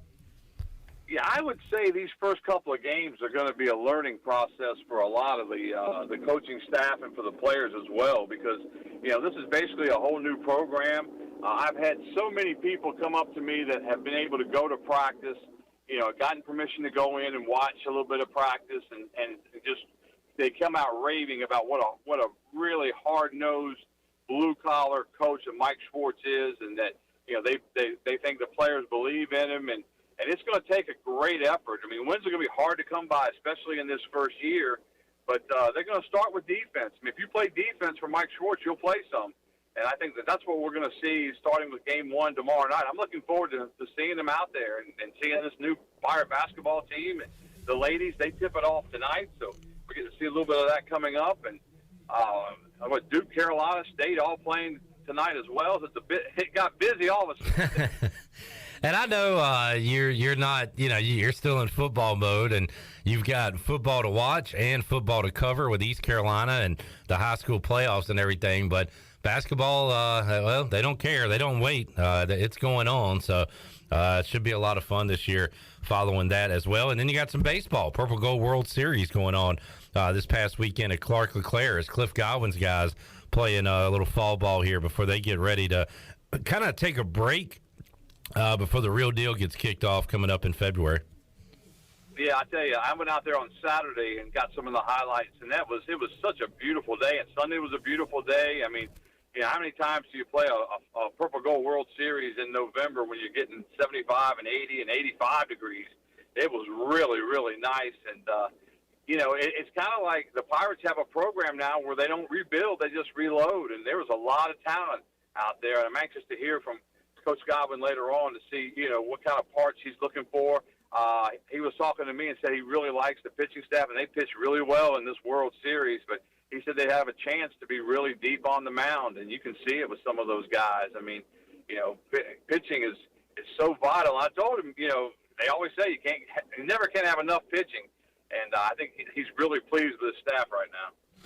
Brian Bailey joining us on the Pitt Electric Live Line. Great edition of the Brian Bailey Show, talking high school football with area coaches still alive and with newly named South Central football coach, who's also the basketball coach, Chris Cherry. Bailey, what game or two are the best this weekend? What games are you looking forward to? Well, it looks like that most of the action is going to move to Thursday, which is unfortunate because I'm just an advocate for Friday night football. But obviously, I think this tropical storm, nobody really knows what it's going to do. And I think the reason they're moving to Thursday is because if it comes in and they have to cancel Thursday, they can move to Friday. They really don't want to go to Saturday unless they have to, but they got to get these playoff games in. But, you look at some of the matchups around the area, the Jacksonville-Havelock game, two teams from that big Carolina 3A, 4A playing against one another. That's going to be huge.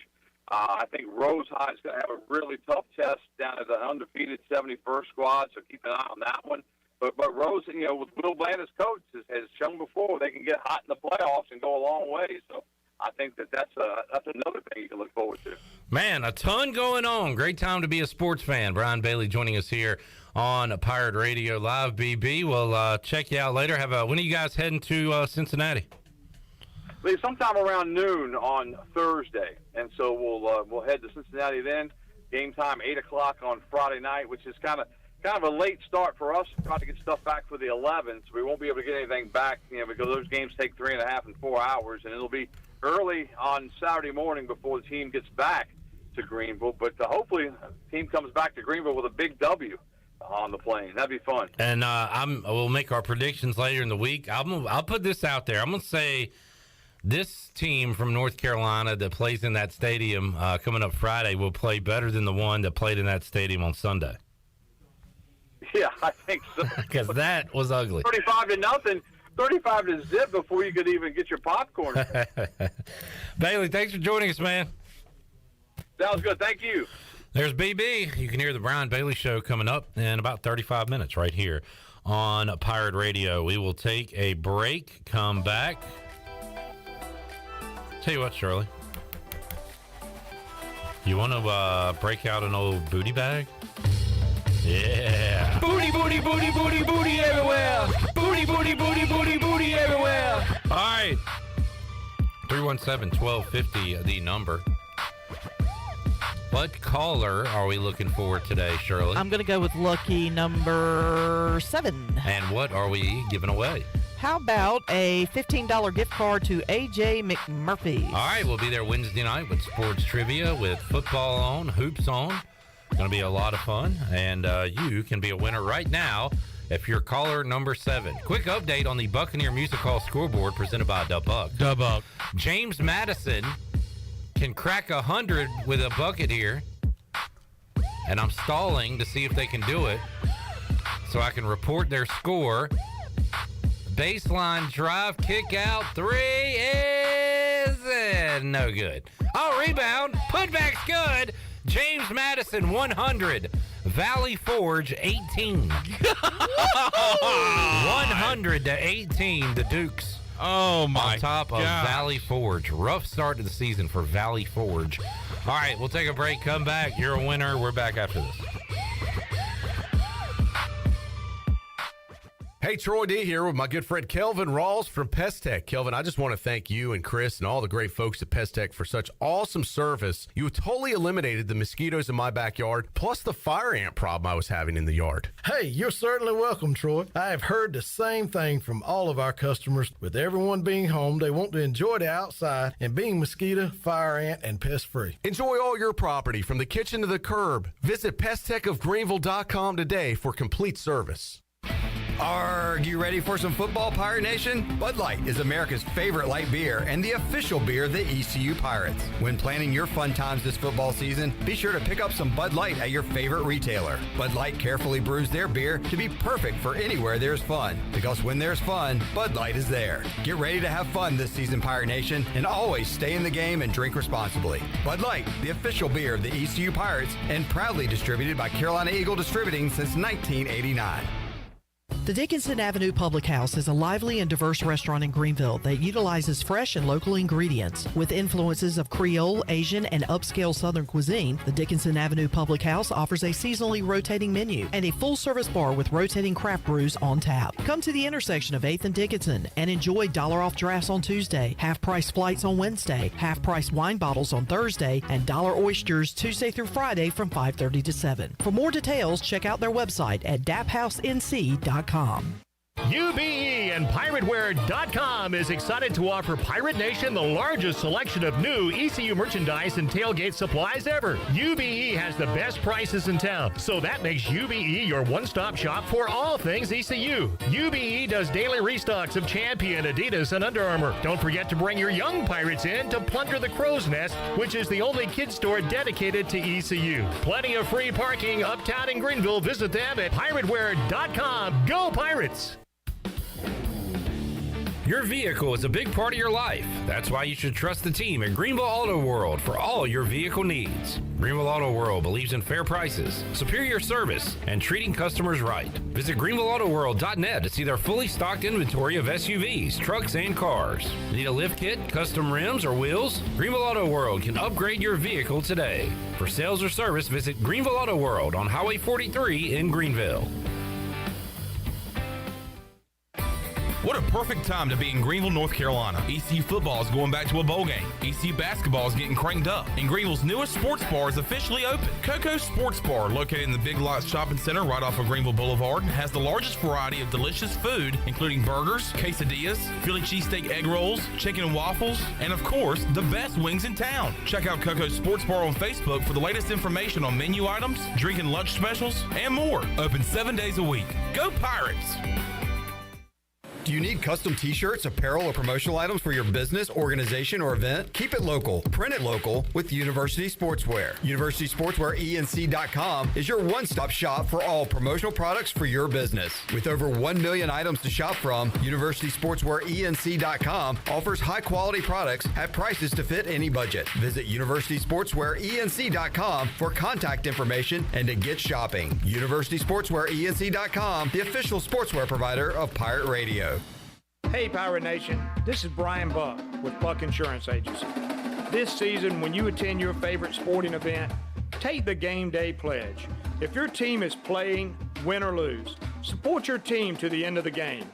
When you leave early, you risk missing your favorite athlete making the play of their career. When our family buys a ticket, we always plan to stay to the very end. Take the game day pledge this season with Buck Insurance Agency.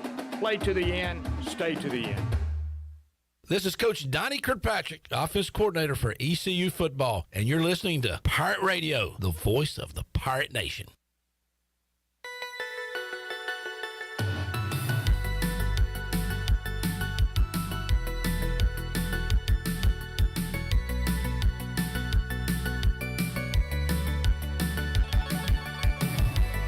You're listening to Hour 3 of Pirate Radio Live. This hour of PRL is brought to you by Bud Light, reminding Pirate fans to stay in the game and drink responsibly. Bud Light, the official beer of the ECU Pirates, and proudly distributed by Carolina Eagle Distributing since 1989. Now, back to the show. Welcome back. Orthopedics East and Sports Medicine has been caring for Pirate Nation and the student athletes at East Carolina University for more than 35 years and are the official team physicians for ECU. Orthopedics East provides a variety of general and specialized operative and non-operative orthopedic services to meet the needs of the patients in Eastern North Carolina. For more information, call 757-2663 or visit orthoeast.com. And congratulations to Brad Woodard of Farmville. Picked up a $15 gift card to AJ McMurphy's. The best place in Greenville to unwind after work and have fun is AJ's. They have daily food and drink specials and an awesome patio perfect for some outdoor dining. And there's something for everyone every weeknight, including sports trivia with our very own Clip Brock. AJ's has live music every Friday and Saturday with no cover and brunch every Sunday. Make today an AJ's day. Now let's head back into the show. Here's Clip Brock. Back with you, Pirate Radio Live here on a Monday. John Moody, a Pirate Radio seasoned veteran. It's getting dark early. It's November. And John asking any treasure chest news to share. Treasure chest updates. He's getting ready for treasure chest season. Shirley, Chandler, do we have any news to share? We've got some big prizes in the treasure chest that I know is coming up. We can't reveal what they are just yet, but I can tell you that it is stuffed to the gills with some fabulous prizes. And also, I am on the sales trail trying to get some more to be added to the treasure chest this year. Yeah, we're going to have a treasure chest full of awesome goodies, awesome prizes for you guys to win in the month of December. That is coming up in December, as well as 40 bowls in 14 days. 40 bowls in 14 days. Not yet. 14 days. Not yet. 14 days. Not yet. It's coming up next month. Get ready, folks. Next month. And guess what? East Carolina will be in one of those Yes, bowls. they will, baby. What bowl will it be? We shall see. How about a championship game in December for East Carolina to play? How about it? And according to Johnny Robertson, if we go by the Johnny Robertson path to the conference championship, we will have a home conference championship in Greenville, North Carolina. He's handling that. Yes, ma'am. I'm looking for the path to an ECU conference championship in Greenville, North Carolina. Yes, sir. It is down the hall and to the left, and you will be asking for Mr. Johnny Robertson. He is in control of all of those scenarios. In that department. And that sort of deal. Tuesday night, the Pirates will tip it off on the hardwood. East Carolina taking on Dub Bears of Mercer. Dub Bears. And Mike Schwartz talked to the media for one last time before his team takes the court on Tuesday, and we will hear what he had to say earlier today. Obviously, it's come up quick. We've been getting ready for this since April, and I think it's the most exciting year for college basketball, opening night. And we don't get to play tonight, but we play tomorrow. So just a great time of year for college basketball. Your first game as a head coach, any nerves, any excitement? Probably both. Yeah, definitely excited. I think, but this is my 24th year in it, so I've had a chance to be a part of a lot of opening nights and first games, and so I think that's exciting for everybody, players, coaches. It doesn't matter if you're a head coach, an assistant, a player. It's just an exciting time of year. So absolutely, and just looking forward to tomorrow night. Adding to that, as your guys are putting the uniforms on, as you're getting dressed to go out there, what are some of the emotions you'll have as a head coach? Want us to play and do what we practiced, just what we've been practicing since April, what we've put the time in this summer, this preseason. And, we just want to go out and execute what we've been doing and the identity and the brand of basketball we want to play on both sides of the floor. We want to execute that at the fullest.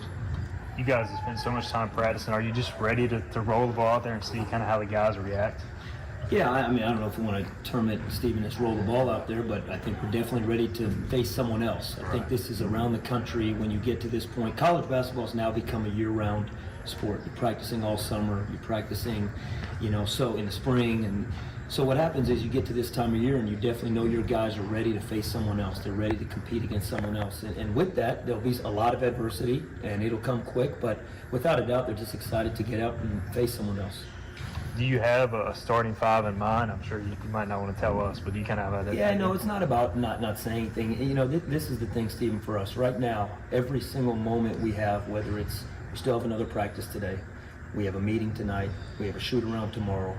Every single time we get together as a team, it's still an opportunity for us to get better and our guys to grow. So there's still, we have some guys in mind and we think we know, where it's looking, but right now our guys still, every opportunity we have to take advantage to try and get better, and which means guys can, put themselves in a better position as they get closer to 7 o'clock tomorrow night.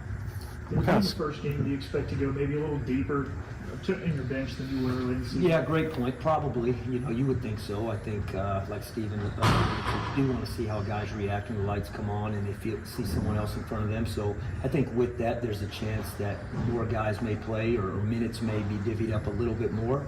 But once game time comes and you're in the flow of the game, the guys that are getting it done, the guys that are playing, and hopefully we're having some success out there, those will be the guys that obviously get, a bulk of the minutes. But probably, without a doubt, we'll go a little bit deeper early in the season just to see what everybody has. What kind of scouting report do you have on Mercer? Do you know about them? Well, I know they're an extremely well-coached team, a really good ball club. Coach Gary was at Purdue for a long time, and he's one of the most well-respected coaches there is. He's now in his 4th season there. They play a really good brand of basketball, a really good offensive team. They've put a lot of time in, from what it sounds like, this off-season and watching their scrimmage into their defense. They're going to pressure a little bit more than they have in the past, it sounds like. And they have experienced returners. They have guys that scored double digits for them last year. They have some transfers that have come in that were really effective at their prior universities. And they have some incoming freshmen that we're going to have to deal with. So really, really good ball club. Very well coached, and it's going to be a great challenge for us.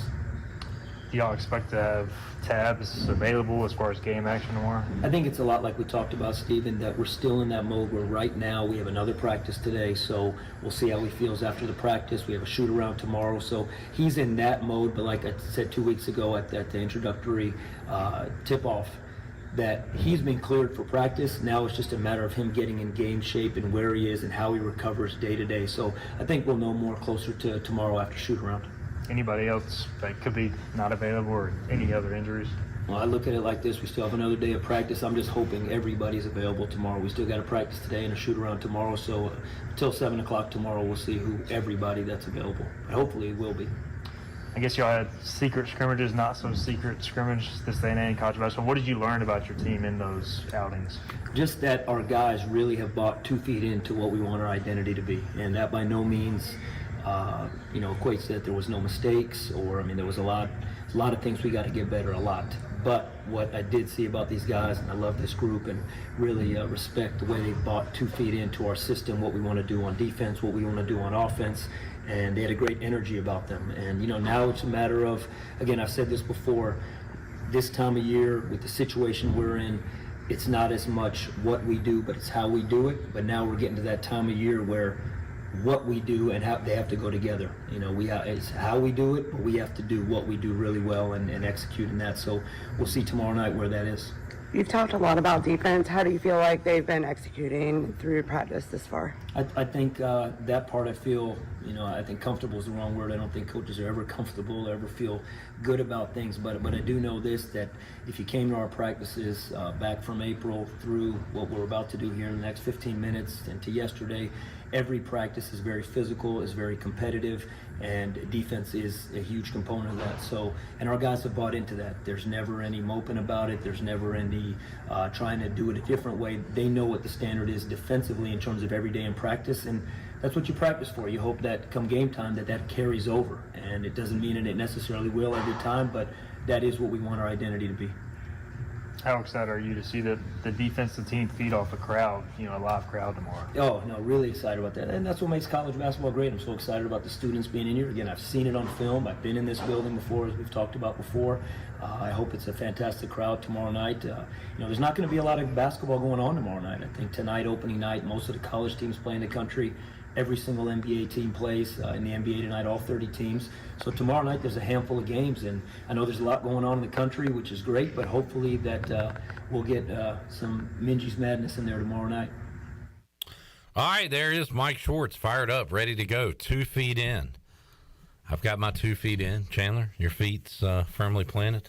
You got 2 in? I've got 2 in right now, and I'm going to have 2 feet in Section 213 tomorrow night. And I will not. Prior engagement, obligation. You're committed. Cannot be there. We'll be there for hopefully every other home game this year, but I'm going to need you to really hold down the fort for me. I will do that, Clip Brock. I will do that with a lot of pride. Got to ride to the Clip Brock standard. But yeah, I'll be in there, and sitting in Section 213 and hopefully seeing a Pirate win in Game 1 of the Mike Schwartz era. All right, fired up, ready to go. Let's take a break. We'll come back. More to go on Pirate Radio Live here on a Monday. We're back with you after this.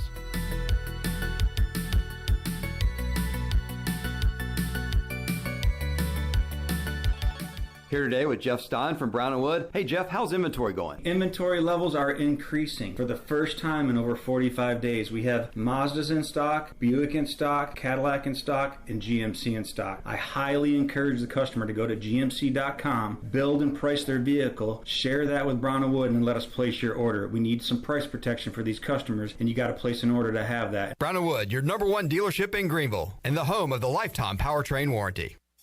Country Mart has been locally owned and operated for over 40 years and is your premier country store serving the best cheese biscuits and country food around. Country Mart is open every day and has 2 locations in Bethel on Highway 11 and in Stokes on Highway 903. Both Country Mart locations are top-of-the-line fuel stations serving Shell gas, including 93 ethanol-free high-octane gas. Country Mart, fueling you up with great food in your engines with great gasoline. Go Pirates!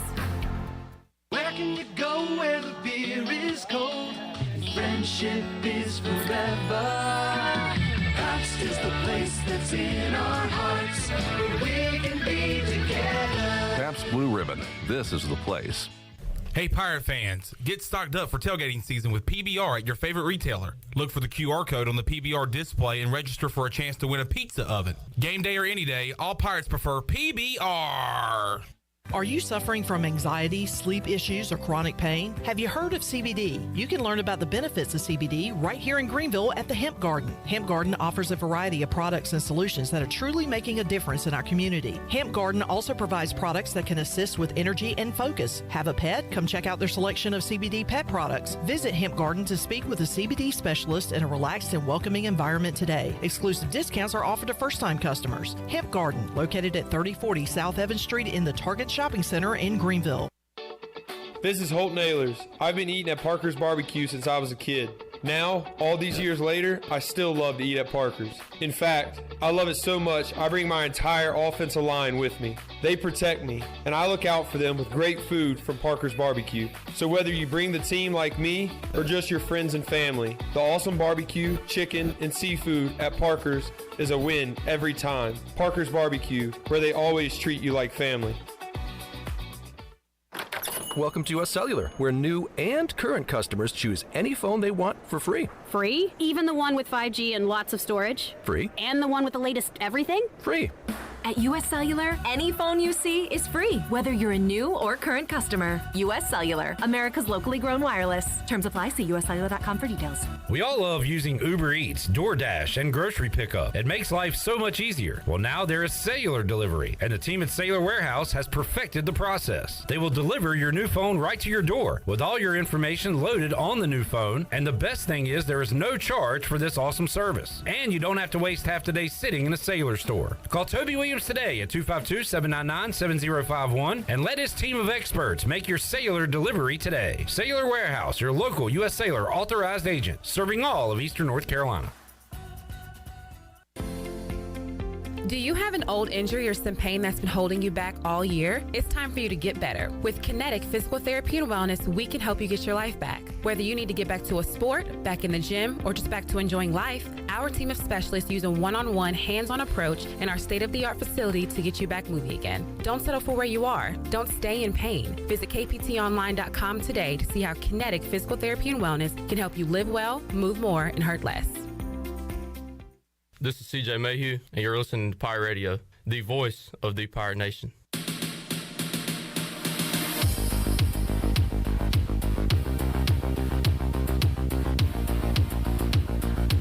You're listening to Hour 3 of Pirate Radio Live. This hour of PRL is brought to you by Bud Light, reminding Pirate fans to stay in the game and drink responsibly. Bud Light, the official beer of the ECU Pirates, and proudly distributed by Carolina Eagle Distributing since 1989. Now, back to the show. Welcome back. Carolina Caliber has the area's largest selection for outdoor shooting sports and accessories and is one of the top firearm dealers anywhere. They have everything you need for hunting, home defense, and personal protection, including a wide variety for ladies and youth. Carolina Caliber will buy, sell, and trade. Carolina Caliber, locally owned and operated since 1960 on Fire Tower Road in Winterville. Now let's head back into PRL. Here's Clip. All right, if you had James Madison minus 100, you're going to come up a little short. But they are still raining threes. It is 123 to 38. James Madison leading Valley Forge on the Buccaneer Music Hall scoreboard presented by The Buck. And would you rather open up with Mercer or Valley Forge? If you just you personally, Chandler, would you rather be in Section 213 watching East Carolina versus a team that just lost by 85 points to James Madison, or Mercer tomorrow night? Valley Forge. Well, you play so many games. I kind of agree, and it's Mike Schwartz's first game, but relatively speaking, like, who is that fun for, though? Like, after a while, like, I that's think not even it would be a good game to win by 85. It would be a good game to see the ball go through the hoop. And I guess maybe get to know the new guys. Yeah. All right, from that standpoint, you know what? I'm with you. Normally, I would say Mercer, because I think that tomorrow night is going to be a close game, a dogfight. Like, I'm potentially a loss. I'm nervous. I'm very nervous.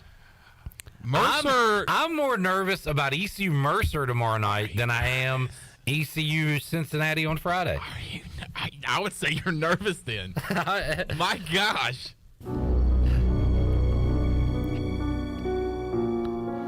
Are you nervous about Mercer? Yes. Mercer. What about Cincinnati? No. Are you Mercer? I'm nervous about Mercer. Have Mercer. Have Mercer. Have Mercer. Now, did I hear you say? I think I remember this. They knocked off Duke. What upset did they have in the? Yeah, they beat Duke in the tournament years ago. Huh. All right, and they are the Mercer Bears. Yeah. Look, don't disrespect them, bro. Don't disrespect me, bro. Stop disrespecting me, bro. Why would you don't do that? Why would you do that? Why would they do that? I hate that we're not going to see Penny and the boys in Minji's this year. Why? I don't know. Because it was fun having them last year, especially that ending. Well, guess who else won't be here this year? The guy who gave us that ending. No more Sugboat. Boy, how much fun was that last year? The Sugboat is ported in Orlando. Yeah, that stinks. That it does. All right, so NFL yesterday. Shout out to Joe Mixon owners like myself.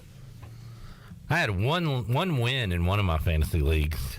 Luckily, Joe Mixon got me win number 2. I'm in a playoff push in the other league, and Mixon helped me out. He manhandled the Panthers yesterday, 5 touchdowns in a 42-21 win, in which P.J. Walker started, Baker Mayfield came in, and Sam Darnold is coming back. So what's your quarterback looking like for this week? You got Thursday night, right? We have Thursday night, and man, am I pumped. All black uniforms. We're going to have the black helmets out for the first time. Man, I am pumped for that. Woo-hoo-hoo! I saw you why are you being salty about it? It's just, look, I mean, who cares?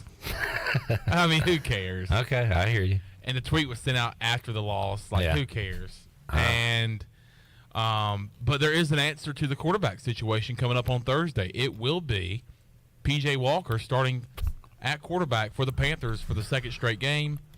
Actually, the third straight game because he started against Atlanta as well. So it will be P.J. Walker.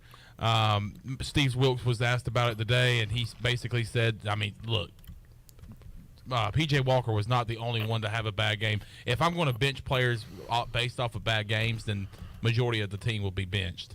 So P.J. Walker will get another chance at starting quarterback for the Carolina Panthers, and if it doesn't work out, you could be seeing Sam Darnold for the first time this season. He has been activated off the IR. They did bring in Baker Mayfield yesterday when the Panthers were down 35-0 to start the second half. He did throw 2 touchdowns, so congratulations, Baker. But it will be P.J. Walker, former Temple Owl, getting the start for the 4th straight game on Thursday night against the Dirty Birds. And I'll say this. All right. All right. P.J. Locker, quarterback for the Panthers. That wasn't a bit? This 'Cause game it sure sounded like one. It did. I got my own soundboard over And here. I'm a big guy. You are a big guy. I am. I mean, that game's not going to have much in terms of like playoff seeding and things like that.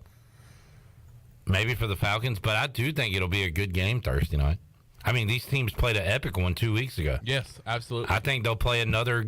I'm kind of looking forward to it, is what I'm saying, in a weird way. Yeah. I know you're not. You don't care, and you shouldn't. I wouldn't necessarily say I don't care. I'm going to watch it. But I'm just, it's bad. You go from, I went on that rant a couple of weeks ago about not, being in this situation that I've never been in before as a Carolina Panther fan. You go from that to thinking that you had a chance at the lead in the NFC South division, sole possession of it. That's crushed from you. Then you go out there. I literally sat there on Sunday and said, all right, let's come out here. Let's play well. Let's get a win, and let's go out there on Thursday, and let's get a revenge. Let's get revenge on the Atlanta Falcons. And then what I saw yesterday, man, I'm just back to that situation where I'm like, all right, here comes another game. But I am looking forward to seeing how the Panthers can bounce back and how Steve Wilkes can have these guys ready in a short week after a absolute shellacking in Cincinnati on Sunday. So we'll see. And I just want to beat the Falcons because, man, I'm telling you, probably one of the worst fan bases in football. Shirley, our Dolphins are looking good. I love how it says our Dolphins. Oh, wait, that's right. When the Dolphins are winning, it's our Dolphins. When the Dolphins are losing, it's my Dolphins. Going into the year, I was high on the Dolphins, and I was high on the Dolphins with all of their players available. So when Tua's available and when he plays, they're your Dolphins all the time, but they're my Dolphins when that team shows up. And when that team has showed up this year, Tua and the weapons, they are undefeated. Undefeated. They are the real deal.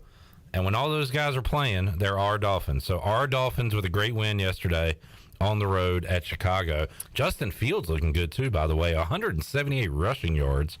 That was a fun game in Chicago. He's really showing off his athleticism. And I didn't get to see now. a doggone minute of it. Yeah, well, them the breaks. I mean, it just irritates me that the Dolphins, as well as they have played, they don't get the TV time. I mean, seriously, did you want to watch the Bucks? And no. Who did they play? The Rams. The Rams, thank you. That pillow fight. Now, the Jets-Bills game was actually kind of entertaining. Yeah, that was actually a good game. But it would have been nice to have been able to see. Oh, and the Panthers, who did they play? The Bengals? Yeah. Yeah. Okay. So you had Panthers-Bengals on one channel. You had the Jets-Bills game on another channel. I mean, come on, people. Use the flex schedule. Find other games instead of being so rigid on. I mean, I know that Fox probably has some sort of regional deal where they carry the Panthers games, but yeah, they're always going to have the Panthers. Yeah, that's all. That's a given. Can we find another something? I wanted to watch the Dolphins-Bears game, and I could not watch it. We might get Dolphins on Sunday. The 1 o'clock CBS games are Broncos-Titans, Jags-Chiefs, Browns-Dolphins, Texans-Giants. Those are the 1 o'clock. We'll probably get, Saints-Steelers on Fox? Seems like we always get the Steelers. Yeah, that's so that'll probably usually, be Fox. Yeah. So I think we might. There's a chance, Shirley, you get your Dolphins this week. So you're saying there's a chance. We'll find out Wednesday. I think those TV maps come out. And then the national game, Aaron Rodgers, number 1 on the dumpster juice list after throwing 3 interceptions against the Lions. Well, we knew that the Lions were due for a win. They're just a scrappy team that, for whatever reason, just can't get the wins to pull together. But you're right. It's an absolute dumpster fire in Green Bay right now. They take on the Cowboys. Ugh. Sunday Night Football, Chargers, Niners. Monday Night Football, the NFC Beast is on display. Commanders at Eagles. Great game. Hey. I thought you were talking about tonight, but that you're talking about next week. I'm looking at next week. Yeah, I like tonight's matchup because it's a Saints, unique matchup. Yeah. They don't play a lot, and the Saints are good at home. Ravens are trying. We did the "Is this team good?" exercise on Friday, and I think the Ravens are borderline. Win tonight, they slide in, get a lead, and blow it like they've done too many times this year. Tonight, they're out. And that's fair. This is a high-stakes game for the Raiders. Raiders or Ravens? Ravens. I like the Ravens. Thank you, Shirley. I have faith in the Ravens. I have so much faith in them that I just drove up while y'all were talking to Virginia and put them down -1.5. You got the Ravens tonight. All right. Fair enough. We will see you, fine people, 3 o'clock Tuesday for an all-new edition of Pirate Radio Live. For Shirley Rhodes, Chan Man, and the crew, I am Clip Brock. Talk to you tomorrow. So long, everybody. Thanks for listening to Pirate Radio Live, an exclusive presentation of The Voice